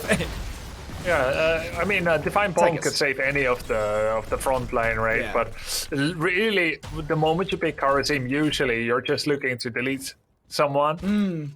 rather than save anyone. So, okay, there's going to be a fort for Simplicity. They get the top fort. Cure is looking to get the mid fort. He's wondering if that's safe. He's thinking about it. He's going to clear the wave, and the wave will do it for him. D.Va's coming up. Okay. Yeah, this is a dive onto Kieran mid. Can we go mid? Okay, that's going to be actually a cocoon onto the, excuse me, onto Kerosene, but it's going to be cleared out. Riptire gets. Did you see that? Value? He's like, yeah, this has no value anymore. If I do this, I just risk getting myself exposed. My team got gusted. I'm just going to blow it up. I'm not even going to go for poke damage. Interesting decision. Got you. Chili Mountain. Still 2 forts down. They're actually gonna, I like this, they're gonna take the siege camp, but I think Simplicity will fight them for it. Can they though? They can't. So now you set up a siege camp, you're in a great position to get the seed. This is very unlucky spawn for Simplicity. Nice read from Cattle onto Hosty, not to be even poked by the grenade. It does have the melting points. That's just increased damage against enemy heroes. Banana should get stalled out, or at least trying to pull out abilities. There was the wave force through top lane. Diablo will show in top lane. Hosty still probably with another grenade waiting to be able to stall out. There will be another grenade. Junkrat will stall things out as well, and this is a really good stall comp from the side of Simplicity. Dare I say, they want to stall things out for another solid 24 minutes. Yeah, 26 minutes and 50 seconds. Okay. All right. Well, let's see whose prediction's right. Yeah, who's going to be on point with their prediction here? But it looks like Chili Mountain. They're opting for more camps, and they will give the seed to the side of Simplicity. A little surprising, Grubby, due to the fact that this was on the friendly side of Chili Mountain. I mean, it was on their side of the map, which typically is more prioritized. But as we take stock, or we look at what's available for Chili Mountain in like retreat path or defensive, it's just the mid lane fort. No well available, so not a massive advantage. And the chase potential from Simplicity looking very good. And sometimes the hardest tributes, or in this case seeds, to conquer for the red team are the easiest to interrupt. And Hosty had that exploit location, right, where he's practically safe and can grenade at infinitum. So it is sometimes a mixed bag.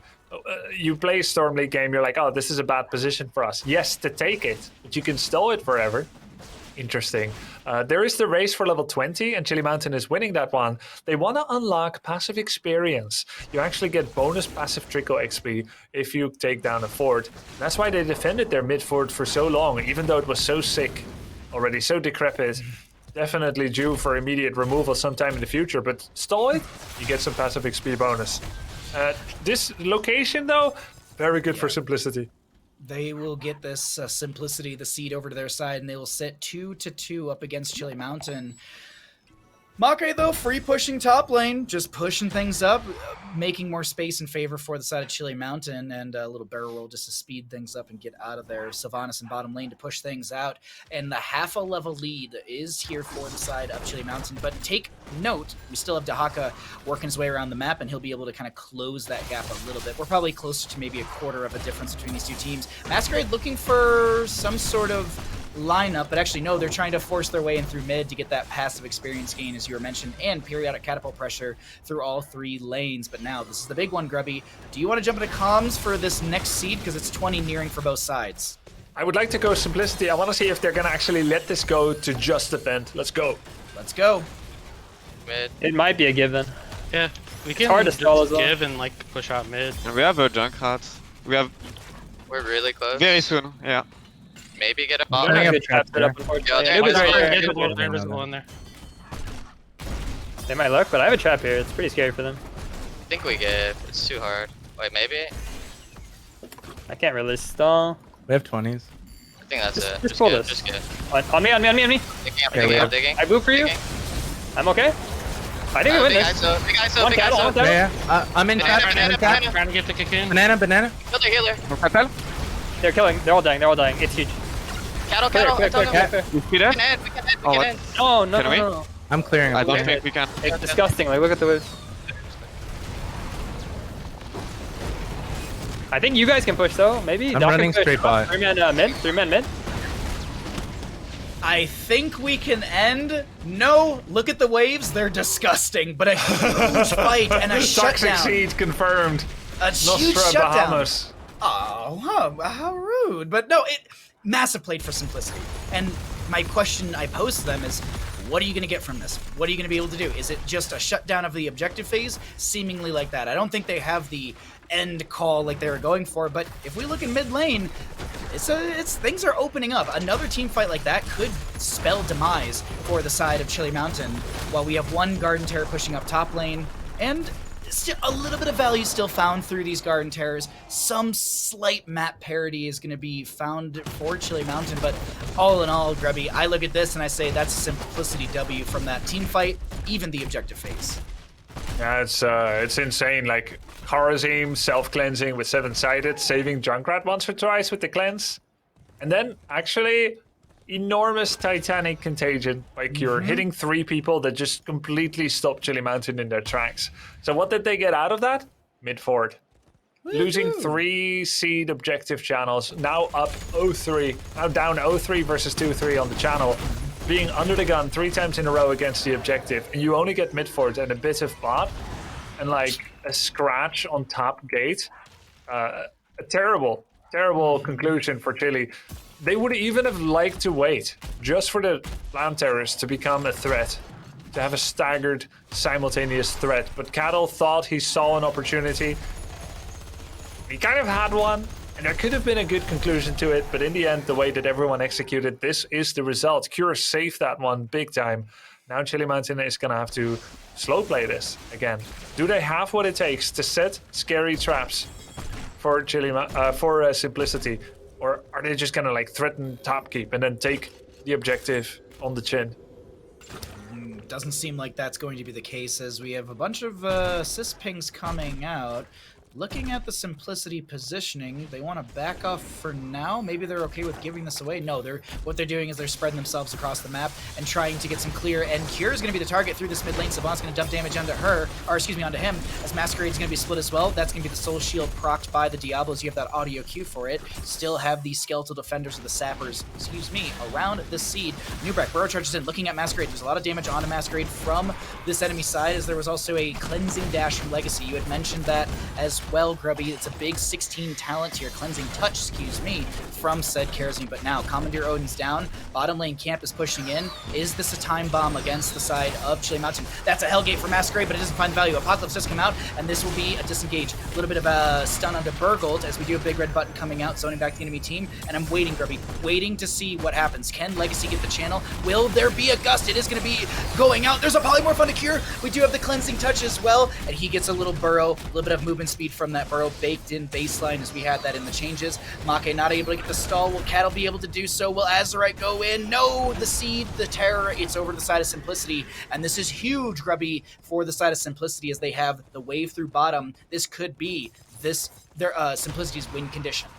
Yeah, and they're showing up right here at this very one. They're running in where the siege camp already softened up the keep. The keep has fallen. The terror is coming in, 70% life. Make, Falstad, going for mid-terror. And this is actually attempted to be abused by Simplicity. They step up and they see if they can threaten the Falstad before Mighty Gust comes back. His positioning, once again, too good, too sly. 2 terror overgrowths shut down this keep. They are quickly dispatched by Chili Mountain, who are eager to defend their mid-keep. 2 keeps versus 3 keeps in a fort. Definitely not down and out is Chili Mountain. All their heroic abilities are back. And Chili Mountain, it has held. They have defended. It hasn't ended against them. And that means we are full reset on the siege, Bahamut. It's 0-3, 0-3 once again. Will something happen through top lane? As we can take a look at this, it's going to be over 50% on that Garden of Terror. And... okay, another Commandeer. Oh, and I was just waiting. I was like, you're all sitting around in mid Simplicity. What do you want to do? They want to do the split push. They know that the Garden Terror needs to be responded to. And so this will be an attempt through mid lane on keep. Impale from Cattle comes through, stalling things out. And it's still a lot of damage on the keep. It will be enough. Tongue Drag will connect on the Cattle. There's going to be some micro missiles. 7-sided strike will be out as well. Wailing Arrow. Big gust coming out from this Falstad. Massive explosion from this Diva Mecha as well. Hosty so very low. Azurite needs to back off. Contagion. Isolation not connecting. Masquerade. Souls. Reset. Diablo back in 3 seconds. Is this... Legacy. Yeah, I was looking at the minimap. Yeah, is this going to be a follow-up kill into Legacy? Can he get away? Burrow charge connects Polymorph. This is the potential they need. And he gets the blink away, but no, the sustain chase is too much. Unfortunately, also, I just want to point this out. Going to be Storm Shield, as I just saw from yeah. So no. What is it? Gara team.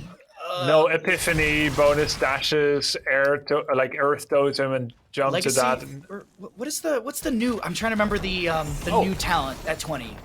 I'll Legendary take it Fists. I think it is. Yeah. I mean, he doesn't have it. It's called Fists of Legend. Thank you. I was trying to remember the name. I swear to God, I did my homework before. HeroesCCL, as we can actually see in the all chat, Cattle just puts 36. So, hey, we got another 14 minutes of this game. Sit back, relax. Garden of Terror, it ain't over yet, but another seed will spawn in the top right of the map. Map is going to be, it's pressure in bottom, pressure in top. Good overall play from both sides. I wouldn't say that there's a massive advantage outside of Simplicity's kills and the structural lead that they have. The map is being painted a little bit blue. There's still double siege camp available. Seed is not super important right now. Oh, he can drag someone into a trap. Cattle's just going to eat this. There's going to be Banana getting the channel, and Seed over to Chili Mountain. Dispersal of that top lane through Make, and a little surprising. You know what I'm also thinking here? I wonder if Masquerade wants to build souls back up, and maybe he's just afraid of being so squishy as not dead Diablo, but the Diablo that died and lost his stacks. You don't want to, int immediately and then die again. Most people do want to do that, but he clearly doesn't. Very novel idea. Maybe if I don't engage too hard after I die, I won't die again. Big brain coming out from Masquerade on that one. You know what that reminds me of? Like when you come out of primary school and you're all that, and then you go to high school, that's how you should maintain your ego, like tone down your ego. When you come back as Diablo, it's like, yeah, you can't just run around and play tag anymore. And it's I get a scary you. world out there. Everyone's older than you. Everyone's bigger. You need to lay low for a bit. Trap, I think, was eaten by Cattle right there, Wes. He was invisible. There's a lot of invisible friends right now. Brightwing with that 20 talent here, just making it so they're unrevealable outside of abilities, but Junkrat's got a lot of poke. This is another seed potentially over to the side of Chili Mountain while we see, this is just going to be stall from the other lanes, but no, Osty coming in, Lutano setting up a trap on the left-hand side, Azurite trying to eat some of these frag launcher grenades. We also do have endless nades at level 16, so that's going to be really annoying if Simplicity can continually stall out and poke an enemy hero. Azurite getting an assistance ping probably from Simplicity to poke at them, but Burgolt has the poke into the bush, scouting out Cure. As these waves, everything is kind of stalled out right now. Who makes the engagement, Grubby? This is a tense moment. But there's one to get that perfect poke and stall for Simplicity. They're not using the Haka to build up pressure in any lane. In fact, Falstad, Make is building up pressure in the bot. And you can see that Masquerade and Cure are starting to think about maybe going for a Falstad. But Lutano is going to continue to do endless nade interrupts, and Hosty is pushing out mid lane to threaten that mid keep. Chili Mountain is running out of time. They're playing this real passive, but in a way, D.Va is not ready for the fight, so he's okay taking these Pokeballs to the face because he needs to get that pink bar full so that he can peel for himself again when he gets all in. Falstad Maka now came to mid, cleared that one out. Time has been bought. I'm waiting to see. Oh, not enough time. Okay, so it's not infinite. We do see the seed go over to the side of Chili Mountain as they sit 2 out of the 3 necessary for a Garden Terror. Next seed, we'll see where it previews on the map in just a second. It's actually going to be on the top left in favor of Chili Mountain. This is potentially huge for Chili Mountain. The waves are being pushed back, but Make trying to push things up in top lane. I keep saying it's tense, but Grubby, just like last week when we had this Garden of Terror game, I'm starting to get a little anxious. I'm starting to shake a little bit. This is 25. Okay, breathe. I've been forgetting to do that for 26 minutes. 26 minutes. I forgot to breathe. That's the key. Oh, wow. You have a really long breath. Very impressive.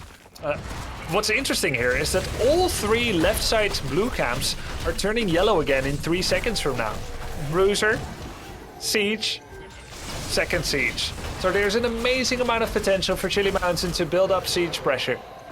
And how many seconds have they got to do it in? Not that many, actually. They want the Siege camp. It's worth so much, even as it's quite awkward to squeeze it out now. but they're going to do so. Siege camp, and then they would like to clear out mid-siege as well, as they buy more time with micro missiles from D.Va perhaps. Simplicity is stepping up, and remember, this is not a hospitable location for Simplicity. It's kind of a death trap. They were very happy to stall from the back, but now they need to take a more proactive approach because of all the waves. Micro missiles will get the cancel, and the Merc camps are pushing in inexorably. These micro missiles just slightly getting by some of the defending members and constantly stalling out Hosty. Hosty getting his own treatment right now. And I feel like this delay, it was mostly to push these waves out. I don't think that the members of Chili Mountain were able to step into this just positionally. Too many traps, just too much on the ground. And now we set up with potential bait through mid, maybe looking for a collapse once the members of Simplicity rotate in for the clear. Oh man, Grubby, I'm getting flashbacks. I wouldn't call it nightmare from last week, but I'm having deja vu, if you will, from the game nearing 30 minutes. Is this going to be the new record Heroes the Storm game for HeroesCCL, or will this be shut down soon? Let's see, because we have Cattle and friends on the aggressive side of the map. Masquerade. He knows. Oh, does he know? He knows where Cattle is. So he goes in with the Hellgate, and he's going to try and make the play onto Cattle, but there's a Brightwing who comes in with the cleanse, and no big deal. Soothing Mist is there. Falstad, top lane, pushing things out. Another seed spawning on the side of Simplicity. Oh, it's tense, Grubby, and let's. Do you want to do comms again? I know it's the third time of this game, but it feels like it's a good time, maybe. It's tradition for Garden. Oh, what a long drag tongue. Let's see how this pans out first. Let's go Simplicity this time. All right, into Simplicity we're heading. Right now. Yeah, I'm popping like, it. I'm popping it. The Falstad's gonna look up here, right? Yeah, Falstad's behind somewhere. Can you go run it in here? Yeah, go. Going. I'm gusted. I'm gusted. I'm fine. I get you out. I'm running up. Help. Nice. Front to back. Low. More if we can. Sevens. Give me I think speed. behind. They're running. I think we fight. I think we could. Maybe You have any further. heals for me? We keep Look going. me. They still have rewind or no? Banana has blink. I have Yeah, big. Finish. One cap. Boy. Sure, maybe dig. I don't have it. I used it to I have get speed out. for you in two. We just get mid keep, I think. Good job. What can we do? Can we end? Yes, no? No, I don't think so. They spawn too fast. Just get mid keep. We siege mid. Okay. I think we, I have block to tank it. Just come. You can hear the tension in the comms, and even then, just can we end? No, we just get mid keep. Oh, just try. They want this map so bad to end so that Simplicity can go up against Storm Esports later, but Chili Mountain, they're holding strong. Can they hold strong enough in this mid lane? Cattle, is he going to be able to burrow charge away? Yes, the Hellgate will not connect. Okay, that's Hellgate 90 seconds. D.Va's back in 30. There's actually a small little window where Diablo doesn't have that yet. He does have 100 souls, so he's not a pushover by any means. I mean, we're talking about a health pool of 10,000 and 137. For Diablo. Yeah. 10,000. Okay, big seed for both of these teams. This is a tense one once again, and I keep saying tense because what's going to happen? The waves are so far pushed in favor of Simplicity. If they can get this, these Garden Tears are threatening straight onto keep area onto core. If the members of Chili Mountain can get this, it's going to be Chili Mountain who need to rush through and try and end game, because we're 30 minutes in, Grubby, and let's see what happens with this seed phase. I am nervous for both teams. This looks so hard for Chili Mountain. They've got Bruiser and Siegecam pushing against them with no time to get it. There's traps everywhere. Gotta trap them all. 2 catapults here. Maka is going to take care of that. Some interrupt here by Azerite, but they don't have the stall comp that Simplicity has. Can they outwait Odin? No, it's like 33 seconds. Trap on Falstad. It's a disaster. He walks into a trap. That was a little surprising from Make. Maybe really wanted the stall, but that is going to yield a kill. 60 seconds on that Falstad, 52 still to go. Cattle in the bush, just trying to slow down the enemy team. Isolation will connect on to Cattle. Tongue Drag will not, but Cattle, 7-sided strike. Phase shift from Brightwing's through, and Brightwing is going to pay for Cattle's mistakes. Cocoon goes out onto Tychus, but this is one of those PSA moments, ladies and gentlemen. Always drop your phase shift Brightwing off in a good location. Right there, not the best, but but phase shift from right wing does save Cattle for now. Does it save the core? Masquerade putting damage onto the Steve mech and pilot form. Oh, that's going to be the core falling. And ladies and gentlemen, that is going to be Simplicity heading into your grand finals up against Storm Esports. And we will be seeing Chili Mountain taking 3rd place in HeroesCCL Season number 2.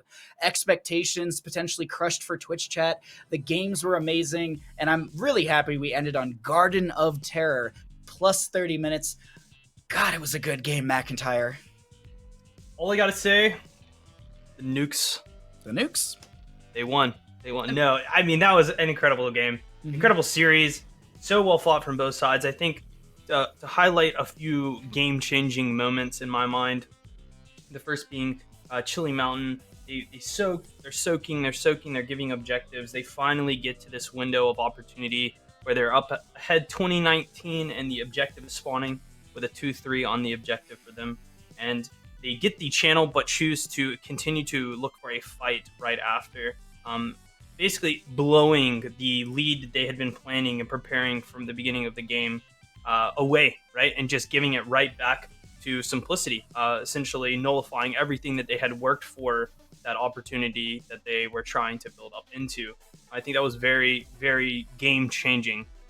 The second being the very last fight, which I would honestly say, I guess I should say the second to last fight. The last fight was a bit of a one-sided fight. Lockgate stepping onto the trap. The game was essentially over at that point. But that fight before, the Gust being able to keep Hosty alive, that Kerzium, which we were confused why to pick it. Cleanse is very good, protecting Tychus, gets him out of there.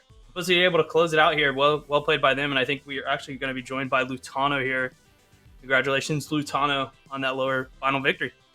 Thank you, Mac. Thank you. How you feel, my friend? A little shaky after 30 minutes of Garden of Terror. You ready for another series after that one as well? Honestly, we're not shaky at all. We felt very comfortable in that game. We always had established win con. We knew exactly how we wanted to play fight. We were not worried at all in that game. Oh, well, your confidence is showing into this interview right now, so I want to throw it over to Grubby for a question. Lutano, congratulations on the first step of your what must be your goals today. I want to talk to you guys about the start of this series. You faced the Zagara and you managed to defeat it. You then faced it again and again. Finally, you picked it. Did your opinion on Zagara, the latest patch of Heroes of the Storm, did that change over the course of this series? We always knew it was a strong pick. Like the second we saw the Q change in the patch notes, we're like, that's busted. There's no question. It's very strong, and we're just trying to learn how to play around it. You know, we didn't get a lot of practice in it in scrims because a lot of the teams we were playing against just didn't pick it for some reason. So we were trying to get people to pick it, and they weren't picking it. So got a little bit of tourney practice. You know, getting it in before the next series.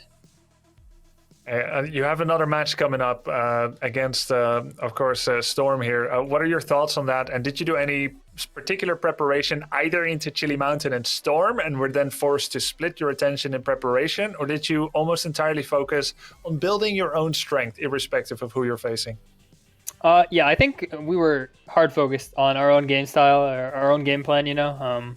I think it's the best way to play as a top-level team. You should have your own strategy and make the other teams play around you rather than you play around the other teams. So I think that's our general methodology when it comes to high-level play. Got it. Thank you.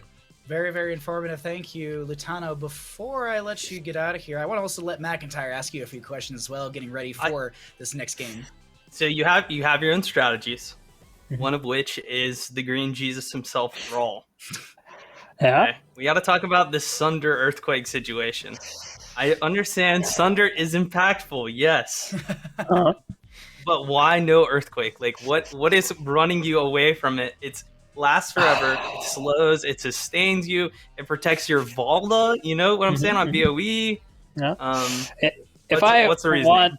If I want to run Earthquake, I'll just pick Stukov. He just has a better Earthquake. Stukov! Exactly. We have Earthquake already, man. On a 60-second CD for his one bun. McIntyre is destroyed. Chat is probably exploding and making some good clips of McIntyre right now. But Lutano, we don't want to keep you too long. We know you have another series coming up against Storm. So before I let you run out of here, are there any shouts that you'd like to give? The floor is all yours. Shout out to my team. Shout out to Simplicity. Always have her back. And shout out to Twitch chat. You guys are awesome. Let's win this next series. Let's go. Alrighty, well, best of luck in your next series, my friend, and we'll see you potentially in the winner's review, or, well, we'll definitely see you in the games. Either way, good luck in your next matchup, and have a nice little break, getting into that best of 7 series, my friend. Thank you, man. Have a good one, guys. Have a good one. Alrighty, well, we got the insight from Lutano. It is exciting here, as we can see at the bottom of the screen. Chili Mountain will fall to Simplicity in their best of 3 of best of 5s, as I liked been calling it. It is really cool that we've seen this team play up against each other 3 best of 5s in totality throughout the season of HeroesCCL, and this one is going to determine our final game of HeroesCCL Season 2. God, I'm going to get choked up by the end of this one, as this is going to be Storm Esports versus Simplicity. Who is going to be able to take this best of 7 series? We'll have to find out in a little bit. If you're wondering, wait a minute, the game hasn't started. Why is Storm ahead? It's because you can look at Storm Esports through that top bracket. They beat 30K. Storm Esports beat Chili Mountain. So since they went through the winners bracket, or the upper bracket of our double elimination, they have this 1 game advantage in a best of 7. This is a very standard thing in previous Heroes of Storm events, tournaments, as well as many other esports as well. So if you're sitting at home wondering why there's a 1 there, that's the breakdown for you at home. I'm sure many people will still ask why regardless, but either way, we are going to have a small little break, and this week we let Kyle Ferguson have a small vacation so he can enjoy the games. Instead, we brought everyone's favorite host, commentator, JC Gluck, to interview Jules Scott. We'll be back with more HeroesCCL presented by Wisdom in just a few. Enjoy our halftime show.